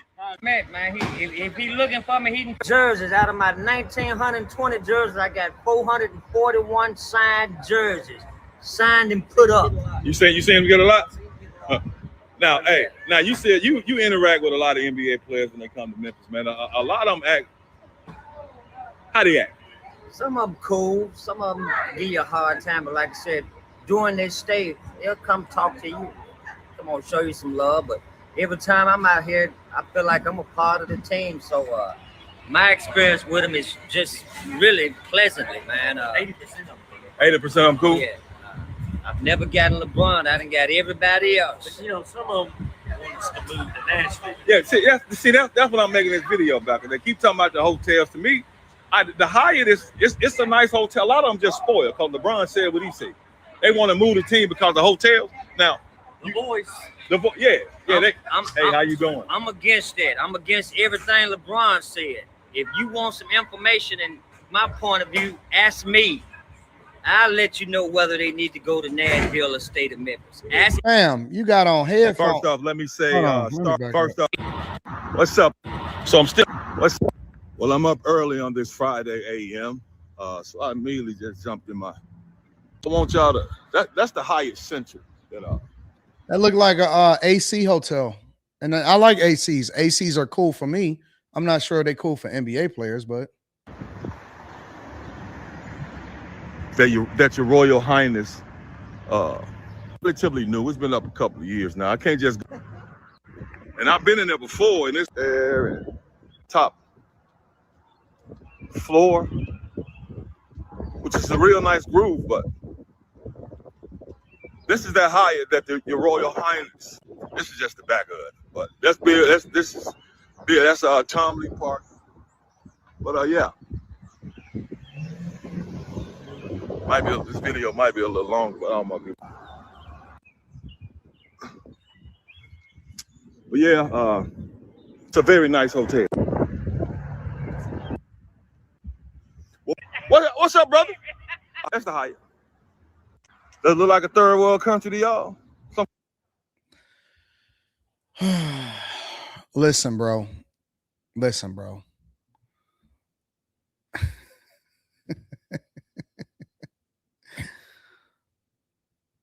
I'm going to go myself and I'm going to see myself. I need to see myself what's going on. I don't know why people in Memphis are in their feelings, right? I really don't, honestly. I think that anybody that disses you or that they have their opinion, I think it's an opportunity to change and evolve and do better. I'm going to film it. You know, listen, all of the stuff that I do on my own and my own vlogging and stuff like this, all of the stuff that I do on this right here, all of that go on to Patreon. So you're not going to see that in the general public, all of that. You said, Anton, if you hated Houston, prepare yourself. I don't hate Houston. I hate the way that Houston is laid out. I think it's a badly designed city when you talk about urban planning, and it shouldn't take me an hour to get from one side of the city to the next city. You skipped over the part, big dog. They said they need to come to ask me to move to Nashville. Let me see. On what, his video? So what's up? I'm still here in downtown Memphis, and just so happened. Yeah. And I've seen 99% of them signed here. You know what that point? You know what that? Yeah. I mean, that's fine. Yeah. You know, sign for kids. Don't worry about us. Sign for kids or something. You know? But how does it make y'all feel for them to constantly be pushing these narratives that hotels in Memphis ain't no good and they need to move the team to Nashville? Oh, we got some rappers. Hold on, get your autograph, Smoke Dog. We got. No, there you go. They're in the lobby. My bad. They walking their way. I hate a lot of talk, man, because it brings down the hype. We should keep everything hype all the time, but sending it to Nashville ain't gonna do no better. Memphis is the home. Leave them at home. Now, y'all got to remember that Memphis never really had a team. Memphis got their team from Vancouver. Originally, the team was in Canada, right? Because Canada the NBA had expanded 2 teams into Canada, only one stayed, Toronto, and they moved the team over to Memphis, right? I don't know why they picked Memphis. I don't know what that was, why they didn't pick Vegas. Instead, they picked Memphis, but Memphis never really had a team, all right? A lot of people were lobbying for them to go back to Seattle. Seattle was about to get a team. I think that Vegas is going to be popping. Vegas is going to be popping when they get a new team. But in a general sense, I don't see what the problem is. I'm going to go to Memphis and see myself. I'm going to reserve my mindset. A lot of people are already telling me, Anton, you're not going to like it. I don't believe you. I think I'm going to love Memphis. I think I'm going to love Memphis. I think that Memphis is going to show me love. I might have to become the new ambassador for Memphis. I think that Memphis is going to show me some love. I think I'm going to like Memphis more than I like Nashville.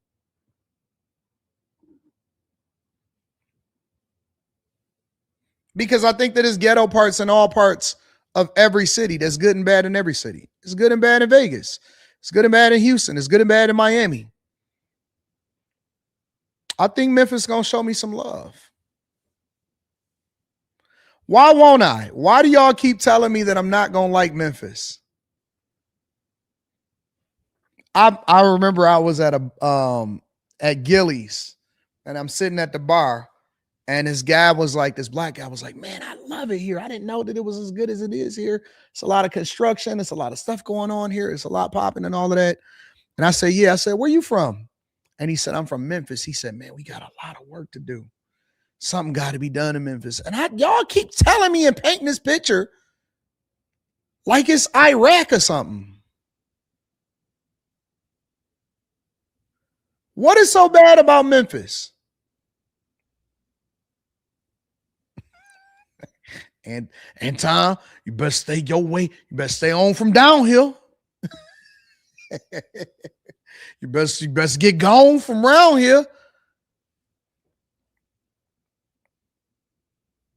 Why y'all tripping? Man, I done been to a lot of places in the United States, and I've seen good and bad everywhere.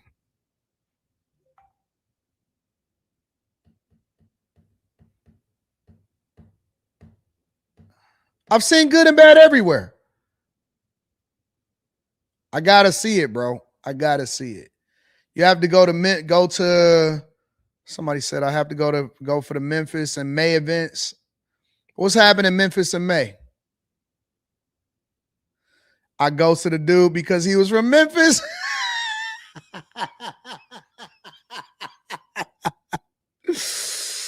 Oh, man.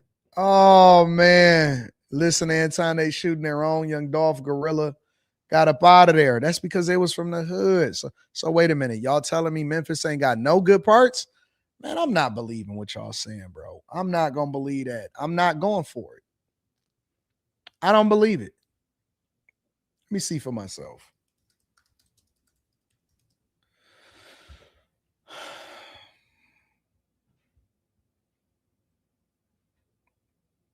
I got the South Bluffs. Y'all ain't got no state income tax. Y'all should be up there running it up. Let's go to the Lauderdale courts. Let's see what's happening at the Lauderdale courts. They don't look bad to me. That don't look bad to me at all. What's the issue?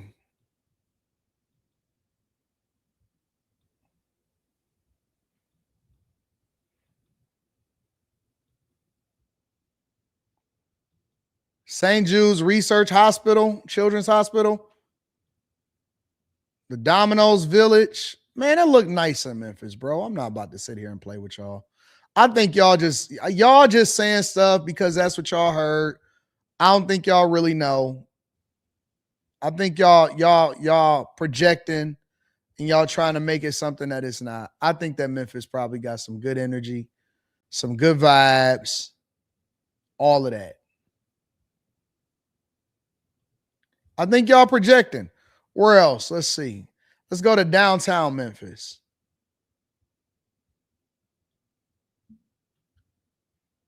This where the Westin is. Like I said, the Hampton Inn, the Rum Boogie Cafe. Oh, it look nice in the mug over here, bro. Blues Hall on Beale Street. Man, I'm about to go to Memphis. We about to have a good time. We about to have a banging good time down in Memphis. I'm going to the Blues Cafe. They got a music history that's out of this world.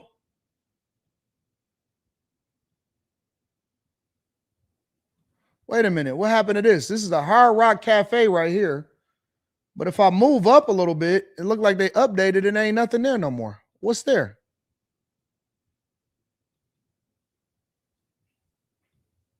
Memphis Music Hall of Fame. Hard Rock Cafe left? Why did Hard Rock Cafe leave? Man, I'm going to Memphis, bro.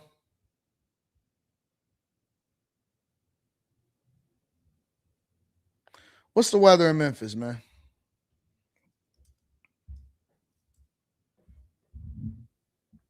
Let me see for myself.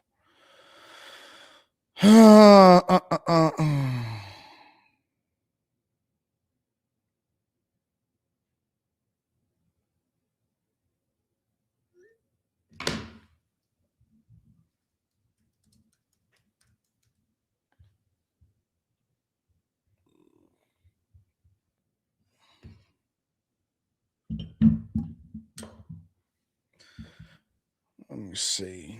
Oh, y'all got some good weather coming up this upcoming week.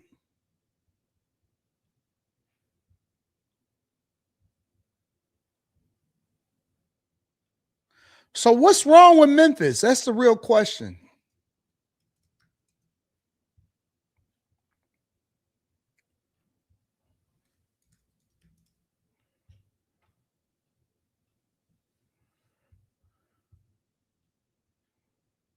Round trip. We can go tomorrow. And we can come back on when we come back.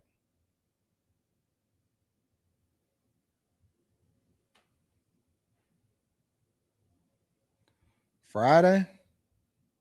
That should give me enough time to explore.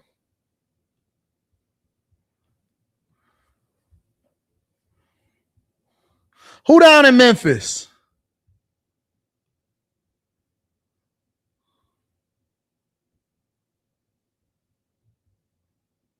I ain't got nothing popping right there.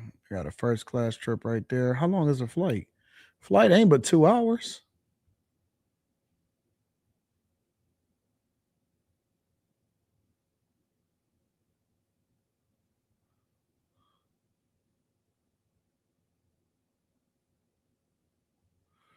Man, I can tap in with Memphis and get it popping.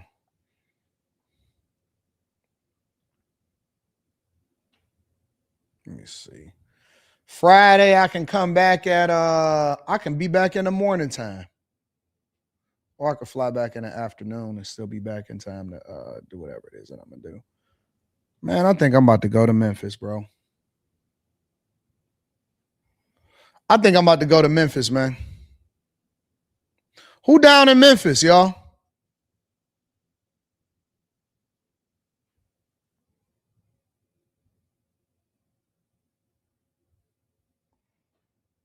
We got any bag chasers in Memphis? Point me in the right direction. Jai and his girls. No rapper from Memphis still lives. I don't go based off of what rappers do, though, bro. That's not a fair comparison. Bring the blicky. I can get some cheaper tickets. I mean, if I just want to fly in, let me see.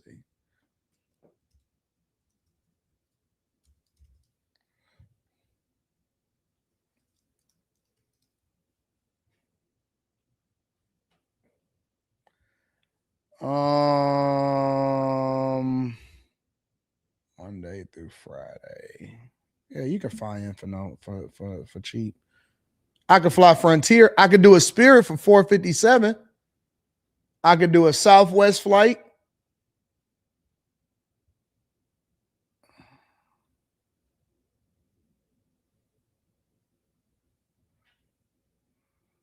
All of these got stops to it. Delta is the only person that don't have no stops. Delta, the only airline that has 0 stops. So I might have to fly Delta.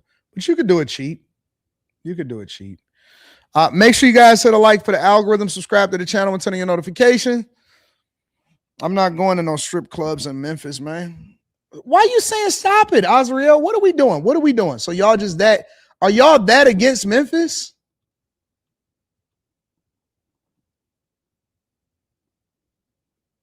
Is that what we doing? Let me read these super chats. Kevin Studdard says Memphis is raggedy as F. Oh yeah, I seen that one. Man, I think y'all doing it bold. I think y'all doing Memphis dirty right now. AD, it's like the legend take with the music, like Jay-Z and all the stuff is the same thing. If you're a legend in any professional, if you feel any profession, you'll feel like you're still a legend. So I don't know how they discredit that. TS Car Wash and Detail Service says you skipped over the part, big dog. They said they need to come ask me to move to Nashville. Nike Flip Flop says dirty, clean, dirty look is crazy. Shout out to you. Bring EOS with you. Nita says don't listen to these haters. Memphis is really nice. Okay, that's what I want to know is where the ladies at? I ain't read yours. What was your how didn't I read yours? I don't see yours. Let's see what Chief is talking about. Did I miss yours, Chief? I'm sorry about that.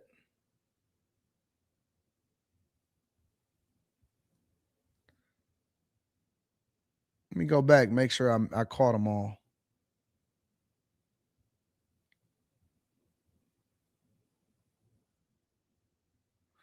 I don't remember missing yours, Chief. I don't remember you writing one.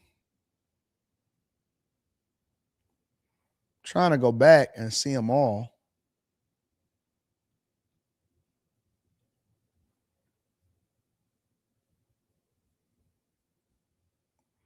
What did Chief say, y'all?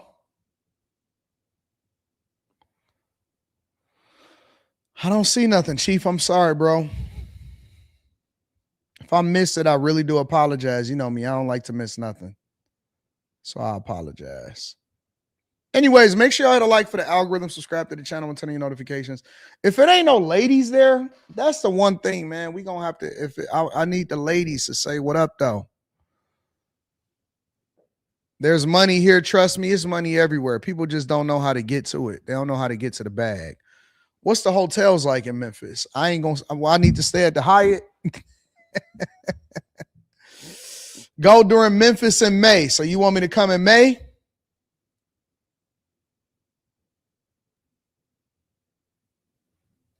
Meet up in May? All right. What else is on the docket? Let's move on. I don't want to belabor the point on Memphis, bro. I love y'all. Shout out to Memphis. It was a murder. Vice mayor murder. Y'all told me to cover that.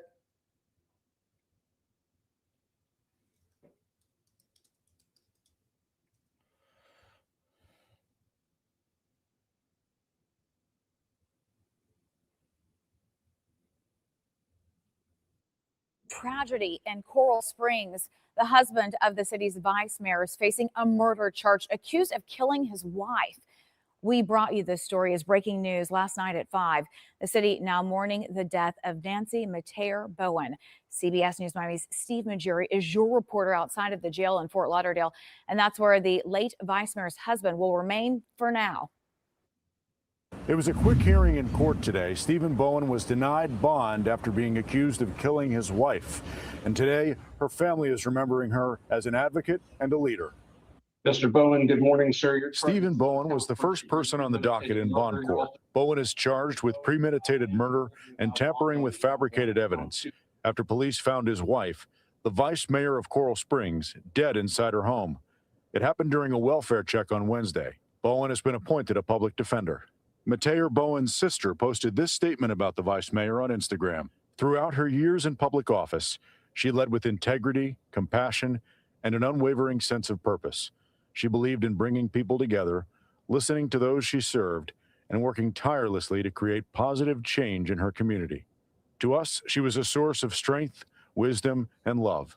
Someone who always put others before herself. Bowen was booked into the main Broward jail in Fort Lauderdale yesterday. Chopper 4 was above as police worked out of a command center on the vice mayor's street. The chief of police did not describe the vice mayor's injuries, but said there are no other suspects at this time. Employees at City Hall leaned on each other, stunned by this turn of events. So my heart is extremely heavy. My soul is heavy. My heart is broken. And we know that time is going to move and time is going to do its thing. But for us that are in this city, in the city hall, that have been touched or impacted by Vice Mayor Nancy Mateo-Bowen, that is something, that is a loss that is going to take a lot of time to deal with. Nancy Mateo-Bowen was the first Black and Haitian American woman elected to the city commission. She was an environmental scientist by trade and was known for her environmental justice efforts. Her colleagues are still processing this loss. There are no words that can truly capture the depth of this loss or the pain this organization and community are now dealing with. The city of Coral Springs has created a web page where it will update the public on this case. Thank you. Chilling new details in the killing of Coral Springs Vice Mayor Nancy Mateo-Bowen. Her husband now charged with her murder as we learned the shocking admission that he apparently made about a possible motive. Local 10's Ray Ramos is live in Coral Springs today with the very latest. Roy. Calvin and Nicole, and that person who he allegedly confessed to then went to police. That person telling police that the suspect allegedly told him that he shot and killed his wife because he couldn't take it anymore. What? Mr. Bowen, good morning, sir. You're charged with 1 count first-degree premeditated murder. You're also charged with 1 count tampering with or fabricating physical evidence. No bond for 40-year-old Stephen Bowen, who faced a Broward County judge Thursday, a day after his wife, Coral Springs Vice Mayor Nancy Mateo-Bowen, was found dead inside their home. The court does find probable cause for the charges. The tragic discovery all came after the vice mayor failed to appear to a commission meeting Wednesday. Police said after text messages were made to her husband by the commission manager as to where she may be, investigators said Bowen responded, texted her. She's not picking up. Where is she? Her car is not at home. Investigators said Bowen confessed to his uncle that he shot his wife because he couldn't take it anymore. His uncle went to investigators who then made their way inside of the vice mayor's home. It's there she was found wrapped in a blanket and trash bags after being shot and killed. This is being investigated as a domestic violence incident. Her husband, Stephen Bowen, is in our custody. While Bowen is accused of the heinous crime, it's the vice mayor being remembered for her public service. What couldn't he take anymore is what I'm trying to figure out.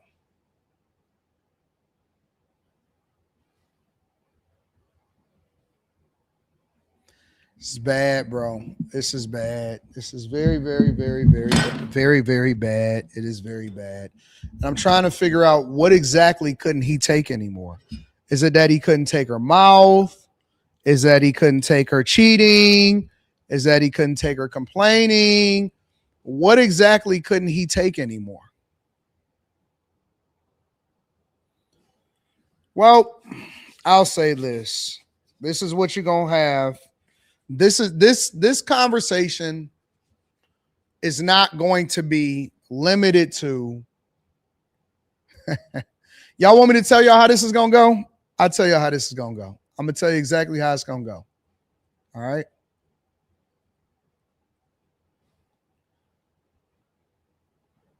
When this is broken down and analyzed, now give me some grace, give me a little bit of rope, because I'm not aware of what's happening in these YouTube streets, because the only thing that I get on my algorithm is sports, Detroit, cars, animal videos, things like that, right? And business, things related to business, CNBC, stuff like that. Let me tell you how this conversation is going to go on social media. The women are going to say, because it's going to be a tale between two extremes. The women are going to say, be careful of these men when you become successful, because they become jealous of you and then they're going to hate you for it. A broke man is a jealous man. A man that can't handle your success is ultimately, they could be the demise of you and they can kill you, right? That's what the women are going to say. Did you see what happened to that girl in Coral Springs? She wanted to become a vice mayor, and she was an environmental scientist and so on and so forth, and blah, blah, blah, blah, blah. That's what the women are going to say. The men are going to say,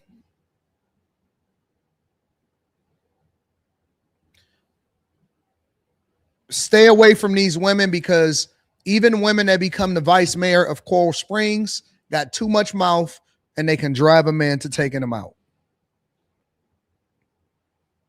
Keisha says, that's why I'm divorcing now. He resents my success.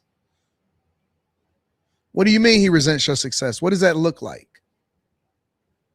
But men are going to say he couldn't take it anymore. These women drive you up a hill. And this is why you shouldn't mess with women here in the United States. I'm telling you. That is what is going to be the tale of two conversations. On one side, these women are too modern and they'll drive you to ultimately doing it. They're going to say, well, I'm not justifying what he did, but I'm just saying that I understand. The other side is going to say, the women is going to say, man, these men will kill you if you become too successful. And there's no middle road. And that is what's wrong with us. There is no middle road. And that is what's wrong with us.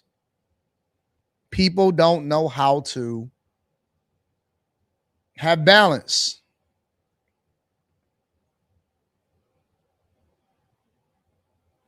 They don't know how to have balance. They don't know how to communicate with each other. They don't know how to talk anymore.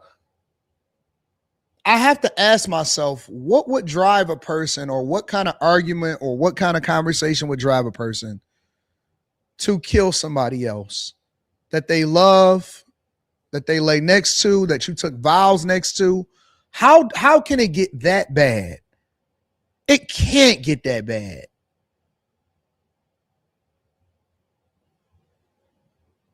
Because in the midst of an argument or midst of a conversation, you always got to come back to, man, listen, you my baby girl. Like, y'all don't never, as men, because I'm not validating this nonsense in any way, shape, or form. Let me be clear on where I stand on this issue in particular. I think he should be thrown under the jail, and I think he's a demon. And y'all got to be careful of surrounding yourselves with men that do stuff like this, and they show you. This is not probably the first time that he's ever shown it. I guarantee you, nobody goes over the edge without ultimately leading up to it. Nobody goes over the edge without leading up to it. It was probably some stuff that the signs was there before she even married this guy. The signs was there before she ever married him. All right. And I don't believe in putting hands on people. I believe you should keep your hands to yourself. And anything that you can't communicate effectively, if it's driving you that crazy, then you probably just need to move on. So let me be very clear on where I stand. I don't stand with him at all. Ain't no inkling of it. Now that I said that, though, the question is, what in the world could ultimately drive somebody to shoot them with a shotgun and leave them right there and have no regard for them whatsoever, and you're supposedly married to that person? Happy Sunday, Cree. And I say that because I've never been in an argument or a conversation or a debate or anything with somebody that I love. And I don't care if it's my mother, my daughter, wife, whatever. I've never been in a conversation with somebody where I didn't have a soft heart for them, right? Like, even if my pride at the top of whatever it is that we're going back and forth about, and it don't even have to be an argument. It could just be, yo, I feel this way and you may feel some type of way. And y'all know what women do. Women come to you when they say, oh, but do you see it from my perspective? I want to share my thoughts with you, right? And it's not that they even looking to argue. It's not that they looking to solve for something. Honestly, I can tell when a woman just wants to vent, or she wants you to spend more time, or she want to get her thoughts off, or she wants you to say, oh, you know what? My bad. I should have paid more attention. Come here, baby girl. And they don't even look to control nothing. I can tell. So regardless of whether we are in a disagreement or we here, my heart, because I love you, usually is, come here, man. What we doing? This ain't even that big of a deal. All right, I'll tell you what. I'm going to make more of an effort to do this and take care of this. And I get it. I understand. Like, my heart is soft for you. Even if I'm upset at something that you did or whatever, I have a soft heart. Even if you know, if I'm like, man, I can't bend or budge on this thing, I still feel it in my heart like, man, but I still love you. So it's nothing that I would ever do to hurt you or put hands on you or this type of stuff. It doesn't make sense to me because I don't understand how you can do this to a person that you lay next to and close your eyes next to. It's weird, bro. It is so weird. I would always, like, I want to pick his brain to find out what is it that you couldn't take anymore, that you couldn't walk away and leave the house and go and live your own life and move on with your life. There's nothing that I can think of that I would just say, man, I got to go get the gat.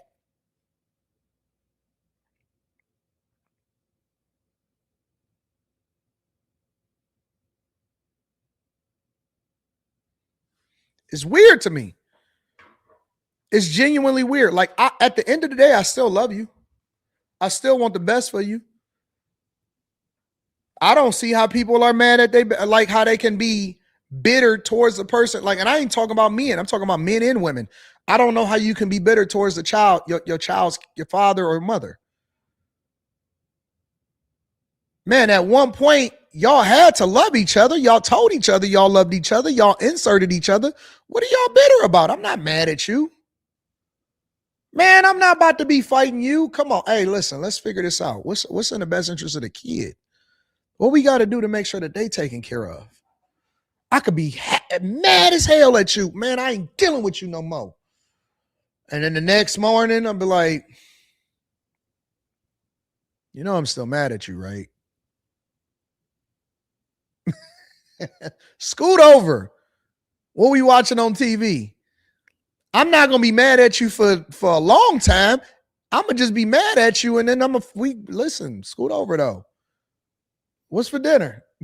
We going out to eat or what? I'm not about to be sitting here wasting my time being mad for being mad's sake. I can't do it, bro. I can't do it, and so I don't get it. It's weird to me that this happens to people.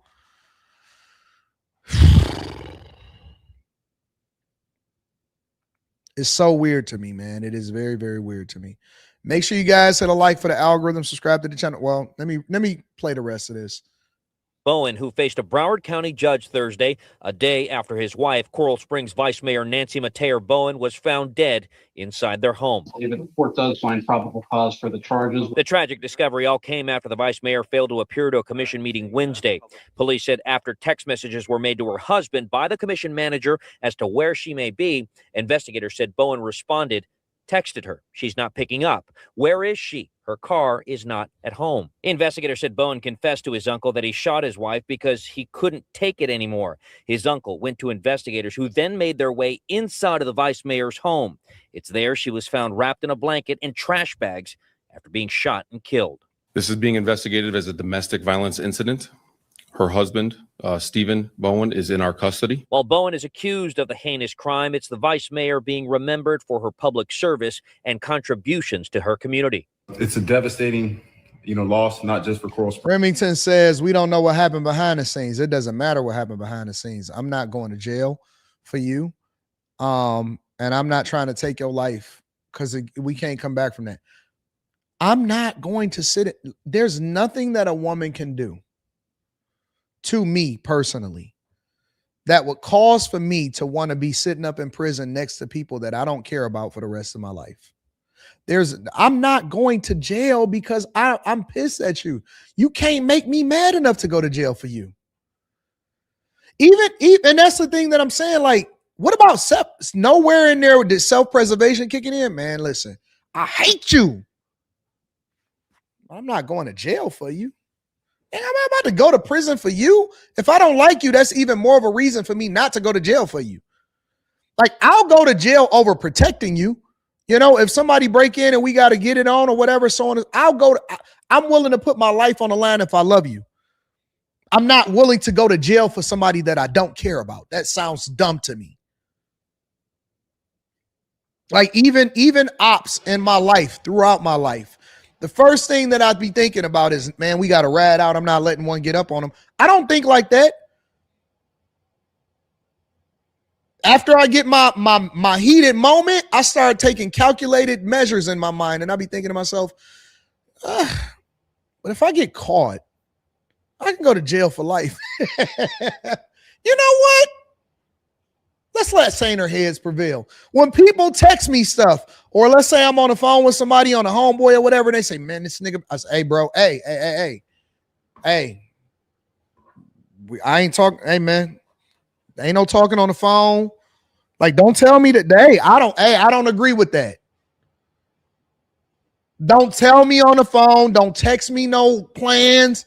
Don't say that you want to take somebody out. Hey, man, I will block you immediately. That's not what we do. I don't want to be implicated in nothing that you got going on. I am very, very vigilant about standing against going to jail. I'm not going to jail for y'all. Don't text me. Don't tell me. Hey, somebody had text me, so I say, man, you might want to unsend that.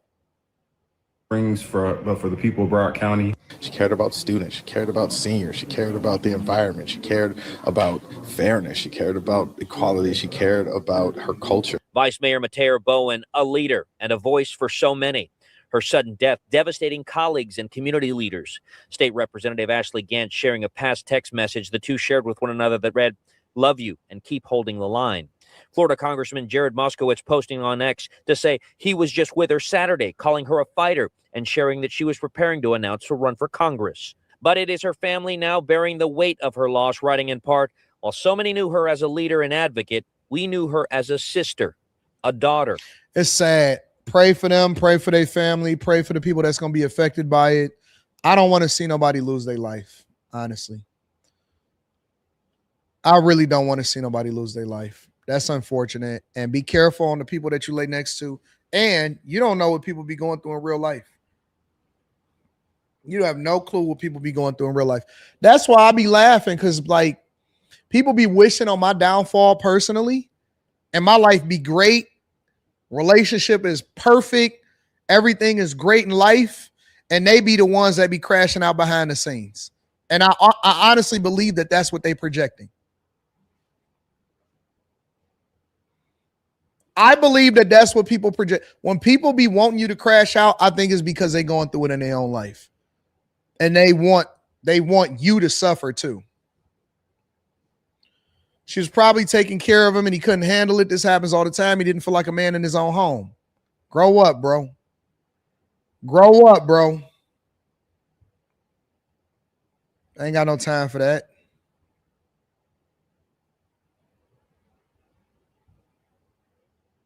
Grow up. Stop killing people. Good God. What's wrong with y'all?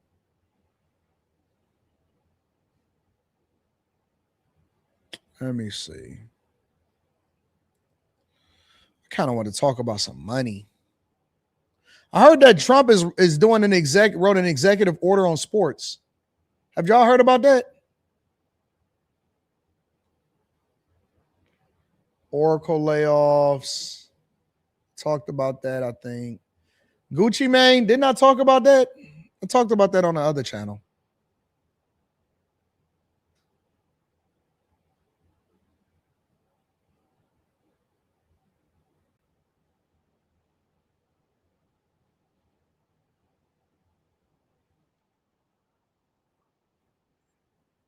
President signing an executive order yesterday that overhauls name, image, and likeness, NIL earnings, enforcing a 5-year eligibility window, limiting transfers, and calling on Congress to pass that SCORE Act. Here to react, Outkick. Restricts the amount of money student athletes could be paid. Sets a 5-year eligibility window for NCAA athletes. I think that's because you're starting to see a lot of these grown folks going into college sports to get a bag. I seen dudes that was like 35, 40 playing basketball. Restricts athletes to one transfer per 5-year period. That's going to mess up all of the transfer portal. Pushes schools to prioritize women's and Olympic sports, regardless of revenue. I thought y'all said that Trump hate women. I'm gonna get to this in a minute, but see, people was trying to act like Trump hate women. How can he hate women when he's pushing schools to prioritize women's in Olympic sports? Interesting. Calls on Congress to pass legislation like the SCORE Act threatens federal funding if schools don't comply. What do y'all think about this in the chat? Honestly, I'm indifferent about it. I don't really care about this that much. This doesn't mean anything to me. Restricts the amount of money student athletes can be paid. People are going to be pissed at that. People are going to be pissed at that. Let me get the details of it before I comment. Founder Clay Travis. Clay, it's great to have you this morning. I have so many questions I want to ask you about this executive order, but just your first thoughts, first reaction to this. President Trump got it right, and the major conference commissioners have all almost immediately endorsed his major changes or the things that he thinks need to happen in college athletics to return some sanity to the sport. The three that stood out to me the most, and I think are the most key: 5 years to play 5, 1 free transfer without sitting out, and no players can return after going to the pros. There are many others, and I know the president is watching likely right now or will see this. What I would encourage him to do is use his executive authority like he did when it came to investigations of colleges and universities and say, hey, if you violate these rules, I'll withhold federal dollars from your athletic programs. Now, we still need Congress to act. In particular, we need them to give college NCAA authorities an antitrust exemption so they can put rules in place. But I really think if the president put up a truth and he said, this is the rule of law and I will withhold federal dollars from any athletic department in the country that violates the precepts of these rules as we await Congress's ratification of them, I think it would have a really transformative effect almost overnight. We saw it happen in other aspects of his executive orders, men not in women's sports, for instance. I think if he did that, it would immediately start to fix even more many of these issues. Well, and Clay, we know in that wall we were showing the president has threatened withholding federal funds. And we also know that President Trump is a leader who, when he says something, he means it. It's interesting. You highlighted the fact that the president of the NCAA, along with all of the major conferences, S6.E66, ACC, Big Ten, that's right, all supporting this. And there's that executive order there. You had Nick Saban as well, by the way, supporting it. But on that wall, you pointed the highlights out, which I think you nailed. But in that one about restricting athletes to 1 transfer per 5-year period, here's my question about that. And it really is it a flaw of the portal itself? Because as an Ole Miss grad, when Lane Kiffin stood us high and dry on the cusp of making a national championship run, all of a sudden it became obvious that was that unfair to the students that transferred to Ole Miss because of Lane Kiffin? Should there be maybe some reform to the QB says, why are guardrails being put in place in favor of universities, but yet barely any are in place for students? Let capitalism fully take. If kids want to chase the bag, then let them.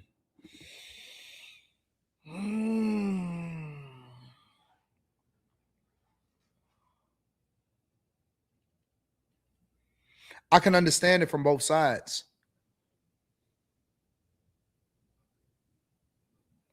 You know what it is? Because I don't have an argument for or against either. Some people that are into college sports are going to get mad because they say that, oh man, the transfer portal, like some people already said, basically creates free agency and it's too much that's going on inside of the transfer portal. Other people are going to say, well, why are you protecting the universities? Well, let me tell you what I believe is really happening, QB. I think that the NCAA is probably lobbying the president and Congress to put these executive orders and these rules in place. Let me just tell y'all how politics work. For those of y'all that don't understand, And maybe this will get you more involved in local politics and you'll start approaching it differently because it's not about protesting. It's not entirely about voting. It's about lobbying and money, right? And I would guarantee you that there is an extraordinary amount of money that's being spent from the NCAA to lobby the president and Congress to put these rules in place to continue to protect the product. I don't think that it's even about the rules. If you're trying to convince me that the president drafted these rules and they were not drafted for him, and then they did a measure of how this would impact him and impact his legacy, especially with the upcoming midterms, you're crazy. You're crazy. You got to have money, clout, or both to be able to get the ear to get something like this done. Money, clout, or both. There is a budget that is put together from every organization that gets things done. Big oil, NCAA, auto manufacturers, tech companies, chip manufacturers, environmentalists. There is a budget that is put together to participate. All right, listen, when you get money, right? Let's say you get government contracts, you get money. It takes money to get money. So you got to invest in your lobbyists. You got to invest in Congress. You got to invest for people to get elected. You got to invest in spending money and contributing resources in order to get something back. I don't really think that the real conversation happens of whether or not this executive order is or isn't or whatever. Right? So like, let's go back. Let's go back and look at it really quickly. Let's look at all the major talking points. Okay. Let's look at the fourth one. Pushes schools to prioritize women's and Olympic sports regardless of the revenue. If you think that that is not put in there, see, because I look at things logically. That's why I'm objective and I'm able to speak on this. If you don't think that that was put in there to pacify and also soften the image and the blow towards Trump's image, right? Because he's saying, listen, I advocate for women. And he's long stood on the fact that he's not against women. I think that Trump loves women. You can't have that many relationships and that many marriages without loving women. And you don't really see any woman coming back and saying that I don't like Trump, right? He's taking care of all of his exes. Trump is against men and women's bathrooms. He's against liberal ideology in ways that affect what happens with our kids, right? But if you don't think that pushes schools to prioritize women's and Olympic sports regardless of revenue is a part of this, then you're crazy. If you don't think that that's a throw-in, that's not something that they're advocating for. That's not something that was lobbied for. That's something that was put in as a talking point to throw in. I don't even know how you enforce that. How do you enforce it? How do you enforce schools prioritizing women in Olympic sports regardless of revenue? Have you ever been to a women's lacrosse game? Have you ever been to a women's wrestling match?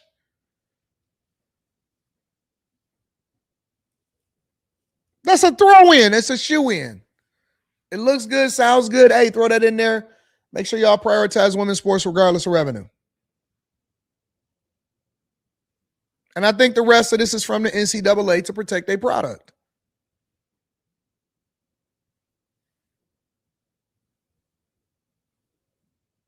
The rest of it is to protect the product. Is it a good executive order? Probably from a political perspective. As a fan, I'm really I'm a Michigan fan. So shout out to U of M. Shout out, go Blue. Whooped on Arizona like they stole something. Boy, man, it's a gap. It's a gap. It's a difference between the Michigan boys. Michigan running roughshod over the whole tournament. They act like they've been there before. They act like they grown men in the presence of children. Yo, shout out to Michigan. Them boys is out there whooping tail and taking names. That game was over before it even started. They showed you the difference between 1A and 1C. Michigan ain't playing no games. They beaten everybody breaks off. beating the brakes off of these people. That game wasn't even as close as the score said that it was. But I don't think that I'm more into professional sports more than college sports because I can follow along the team a lot better. I think that college sports is very entertaining, but it takes more work to be able to put together a bracket. But I think that this is all business 100%, bro. It's 100%. I think it's 100% business all day long. They not choking. Michigan ain't choking. They playing. They beating everybody. Breaks off. Yeah, this is a pretty interesting executive order. Let me hear the rest of this and see what they got to say. Major conferences, SEC, ACC, Big Ten, that's right, all supporting this. And there's that executive order there. You had Nick Saban as well, by the way, supporting it. But on that wall, you pointed the highlights out, which I think you nailed. But in that one about restricting athletes to one transfer per 5-year period, here's my question about that. And it really is it a flaw of the portal itself? Because as an Ole Miss grad, when Lane Kiffin stood us high and dry on the cusp of making a national championship run, all of a sudden it became obvious that was that unfair to the students that transferred to Ole Miss because of Lane Kiffin? Should there be maybe some reform to the portal or a exception to this rule? Yeah, I think a lot of people have said if your head coach bails, that you should have flexibility to be able to leave as well. I agree. And again, that gets into a complicated aspect because I think what we don't want, Griff, and you're an Ole Miss guy. I graduated from Vanderbilt Law School back in the day, so we both got SEC degrees, and I know my wife's got a Big Ten degree. There's a lot of people out there who are big fans. I think what we don't want is for you to have a guy who plays at Ole Miss that you're a big fan of, and then the next year he's at Mississippi State, and then he goes to Auburn, and then he goes to another school. And you got kids playing for 4 schools in 5 years, right? Yeah. And that really kind of defeats the entire purpose. Because let's be honest, how in the world can you remotely get an education if you're going to 4 or 5 schools in 5 years? Remember, ostensibly, one of the things you're getting here is an education. And so I think we have to dial that back. You could still transfer, but you might have to sit out a year. And a lot of kids out there don't want to do that. And certainly that implicates the 5 years. Yeah, it sounds like he's getting some guardrails and really putting this thing and giving it some structure. Make sure you guys tap into the Patreon. Link is in the description as well as pinned to the top of the chat. Shout out to Ole Miss too. There's more places I need to see in this country.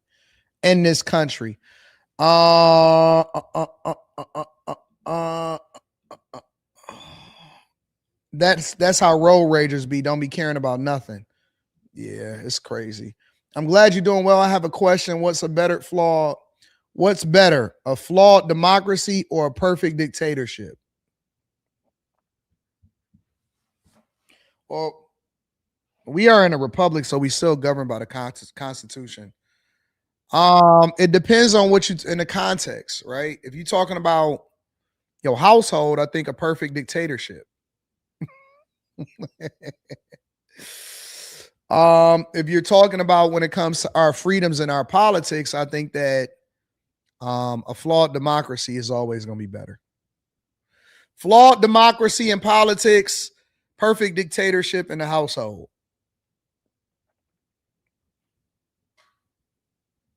You got to have freedom. You have to have freedom. Freedom is the thing that drives us as a culture, as a society, because even in a perfect dictatorship, that has to be defined. Some people would not define it as perfect. Because let's say, for example, because it's all about perspective. So let's say, for example, somebody says, but we all have food and we all can eat or whatever is being controlled by, but I like variety. Or maybe I want to have more than one kid and I don't want to be told that I can only have one kid. Or, maybe I want to make more money and I don't want to just live an average life and I'll be driving white, black, and gray cars. Maybe I want a little purple in there. Maybe I want some baby blue. I don't know. Your idea of what perfection is will never sit because people are different. So we have to have rules to prevent people from being out of control. But at the same time, being flawed is a part of what being human is. It's that emotion. I would never want to live in a perfect dictatorship as far as country-wise.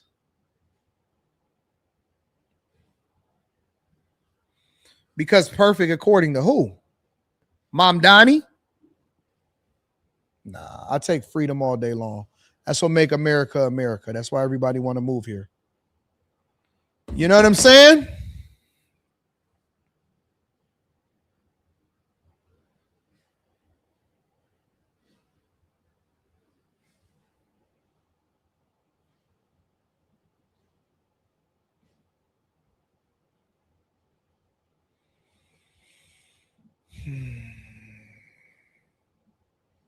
You know what I mean? Just like the love and the food and the structure and the stability, all the things I did not have. Yeah, You and know. a house, a nice house. Dude, I would Yeah. just take a meal, like a Yeah. home cooked meal. You know what I mean? Yeah. So- it was bad. Was it one of those things then, like on the streets? Like, were you doing like little hustles for money ever, or you know? So this guy's name is Kirk, I think Acevedo. He played on Oz, Band of Brothers, and he's talking about the realities of working as an actor. And I caught this clip. It actually came up on my timeline, and I'm like, this is interesting. So this is something that I wanted to share with y'all. But basically, he's saying that the world of acting is not the way that it used to. And he's saying that most actors are broke. He's saying most actors are broke.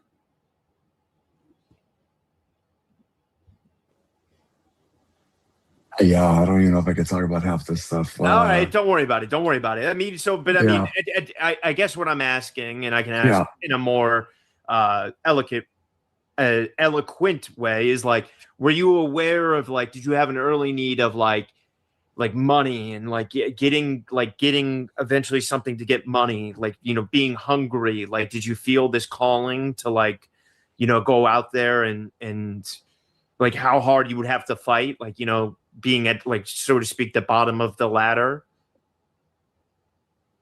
Money's always an issue. You know, it's a funny thing you bring that up. I was having a conversation with my wife, and we're talking about, we saw some article or something she was referencing about how someone was saying money isn't everything. And it was some like multimillionaire talking with another billionaire. And I'm like, money does a lot of things. Yeah. Money pays your rent. Money helps with medical costs if you're sick. Money helps with, you know, just a lot of things. Makes life a whole lot easier. And so during my childhood, I mean, all I ever heard. Let me see something. I wrote my own monologue. And for me, I was Sam Shepard, casting director. And he's Cast me, but I'm scared. To one of Production. the producers Wow. at production in Toronto, if I could just take the red eye, fly in and take the red eye and fly in Monday morning at like 6 a.m.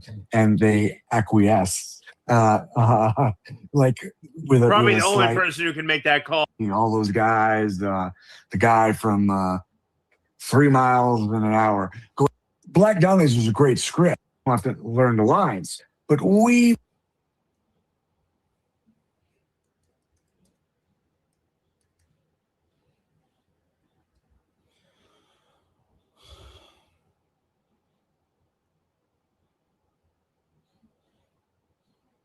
And so I went from working nonstop to now I got to sell my house.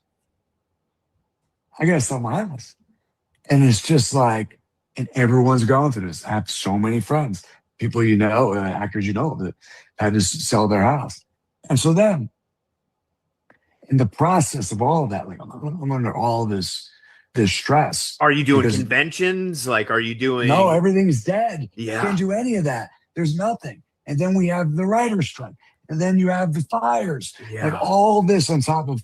And so TV is really the only place to really make a living now because it's not in film. For guys like me, guys like us, it's not in film. It's not in film. I can't even tell you what they want to offer us. It's not even a livable wage. And then TV now, all the movie stars, since there's no more films, not the way it used to be. Yeah. They're all in TV. I'm going to talk about every Oscar winner as doing some 8 to 10 to 13 episode show multiple times. Literally, Nicole Kidman's in like 11 shows. I mean, so do you see what I mean? So I'm competing with Oscar winners. Yeah. I was like, hey, should we pay Kirk his quote or this guy that was nominated for an Oscar 7, 8, 10 years ago? See the problem? Yeah. I never in a million years. Yeah. Never in a So million the middle years. class, is like with anything, I never in a million years would ever think that doing what I do, that I make significantly more money than your favorite rapper, your favorite actor. When I was coming up, obviously, as a young kid, as a teenager, you know, you think about these movie stars, you think about what they used to sell us as far as entertainers, like OG Rihanna said or whatever. And they all trying to come into the spaces that we dominate. They're trying to come into the spaces that we dominate, and they're trying to figure, and I'm gonna be honest with you. I remember when we first started to see athletes and actors, and they would start their podcasts and they would do all of this stuff. And I remember people were saying stuff like, I remember content creators, and it was like, oh man, they gonna come in and mess up our money. And I was thinking to myself, no, they're not. No, they're not. Because A, they're not even that good. And B, it's only so far that your name can carry you, because then you got to actually put in that content. See, what we do is way different than what they do. They get a script, they get handlers, they get agents to sell them, they get told what to say, what to do, they get a director, they get writers, they get trailers, they get all of this stuff, and then they get a paycheck for whatever their performance is. Even comedians, doesn't matter what form of entertainer that you are. I seen Kevin Hart. Shout out to Kevin Hart. I seen him doing a live stream, not a live stream. I see him doing videos and stuff, and he be doing interviews and stuff on YouTube. They don't be popping. I see former NBA players all the time. They don't be popping. Some of them do. Some of them that are actually halfway decent, and some of them that's willing to put the work in. My point is this: you can't do a handler your way to the top on these. You got to work.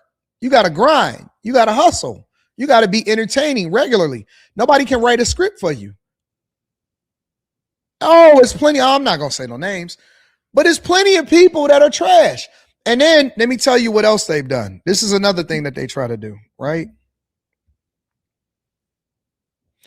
They try to invest their way to it. They spend all of these money on editors and production and sound and cameras and all of this stuff, and it's still trash. And what they don't realize, they don't even understand the business side of it. They never understood the business side of movies and film. They don't understand the business side of what we do as content creators. They don't know where the money at. They don't know how to get the money. They trying to figure it out. Most content creators or most rappers, actors, entertainers that try to make themselves over into the content creation space, you know what their goal is? Let me tell you what their goal is. Their goal is to get their podcast or whatever picked up the same way that rappers try to get signed to a major, the same way that you try to get signed to an agency as an actor. They're trying to get their podcast picked up and sponsored so they can get the money, which means that they'll never, ever have any real long-term. That's why Netflix was able to get these shows off, because the people that are creating content that went over to Netflix, they're high-paid employees, or they're just people that's trying to get a quick buck out of the game. The real people that sustain themselves in this game are the people that really understand and build a real following. Day by day, hustle by hustle, grind by grind, learn the business, all of that stuff. It's not about your camera. It's not about a production crew. It's not about any of that stuff. It's about whether or not, like real, true content creators, they are the ones that run up the back. I seen Ebro and them complaining. Ebro and them was complaining about having guests appear on their new show. Man, look, most people are meant to be employees, and they can't wait to try to get somebody to sell it out as fast as possible because they don't really believe in their product. And a lot of people wind up coming on these platforms. They may have an initial jump of visibility because, you know, people want to see what's going on or they have a natural curiosity or whatever, but they're not able to sustain it because they know good. And you're going to see the gap. And they don't make as much money as us. Some of us. Some of us, well, you know, I'm a bag chaser, so it's a little bit different. Make sure y'all tap into the Patreon. Link is in the description as well as pinned to the top of the chat. But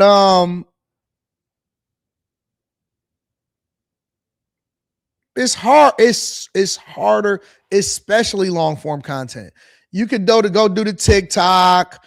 Ain't no real money on Instagram like that. That's just visibility, right? I don't even post on Instagram no more. I did it to get to a certain level and then I stopped. All of that, Instagram is just like a promotional tool, if you want to look at it that way. When you talk about long form content and stuff, people struggle. They struggle. They don't know what it's like. It ain't the same.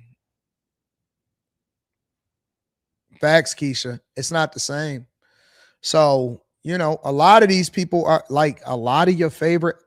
I'm going to put it in the words of OG Rihanna. Overwhelmingly, most of them are broke. They're broke. They broke. They broke as ever. Broke as ever. Somebody said nobody's going to pay a monthly subscription to watch The Breakfast Club. They don't own The Breakfast Club. That's the key.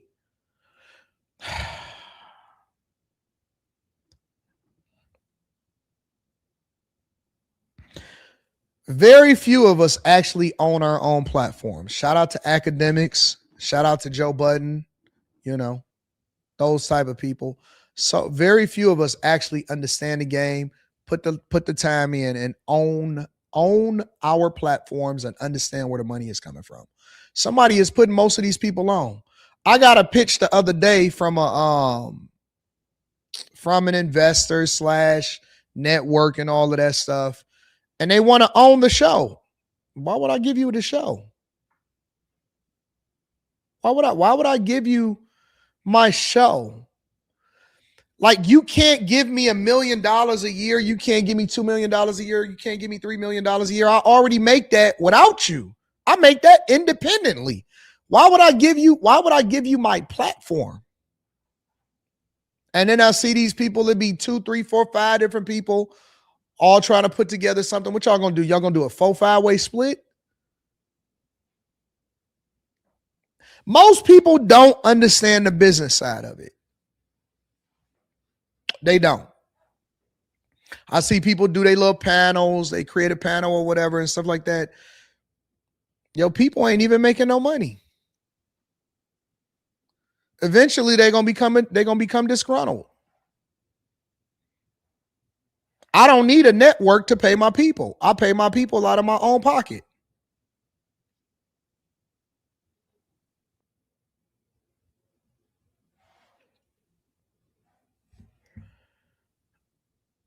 She says, you don't even make $100,000 a year.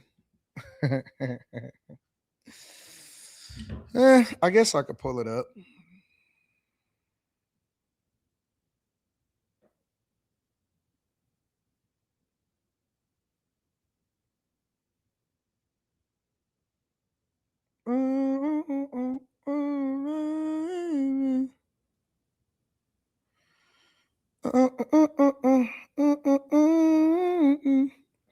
This is my spending summary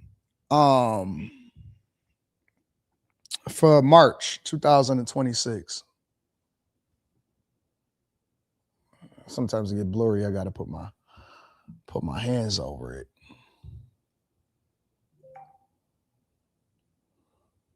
That's March. Want to see April?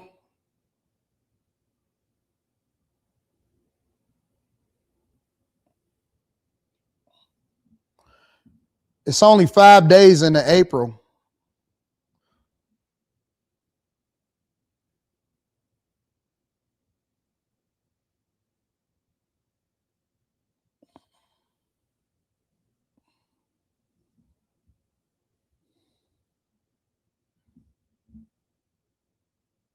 I want to go last year. That's January 2026. We can go to December 2025.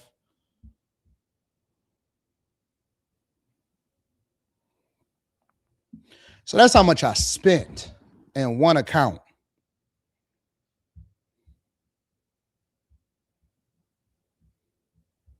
So now that I've gotten the hate up out of you, we're going to go ahead and let you sit in the corner a little bit. Take your time. Take your time. All right. I don't have to. I could wear an Apple Watch. See, listen, let me show you something.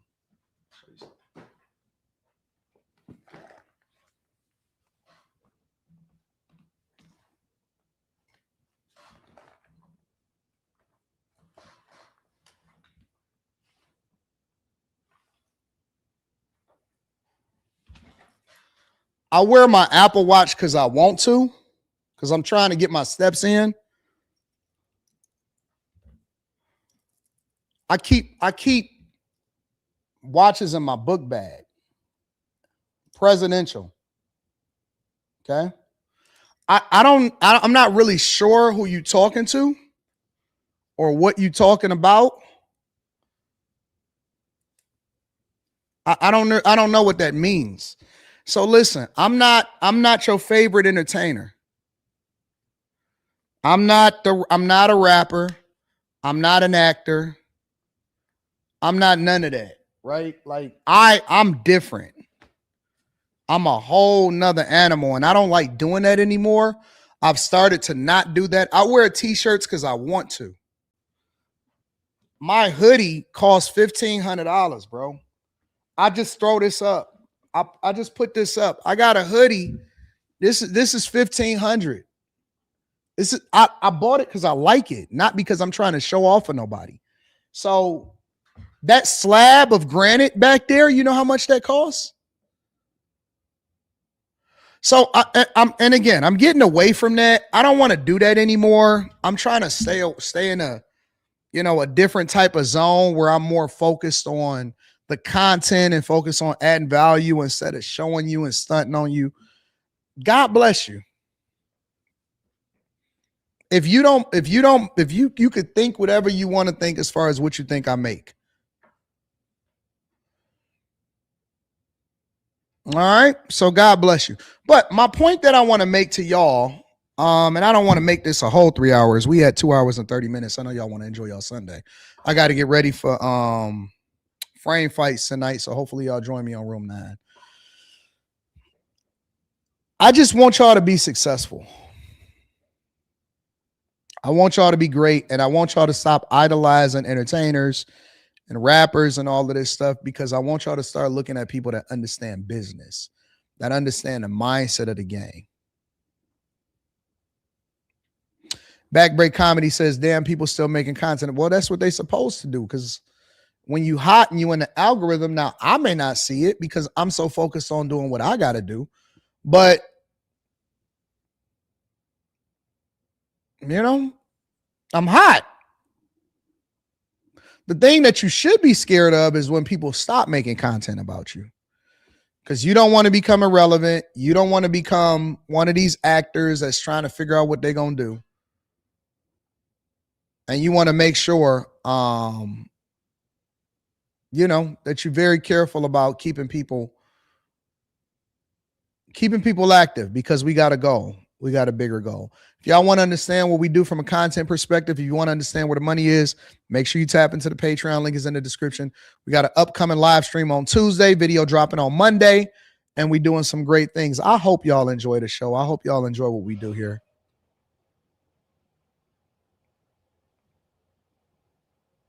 I hope y'all enjoy what we doing here. I think I'm about to go to Memphis.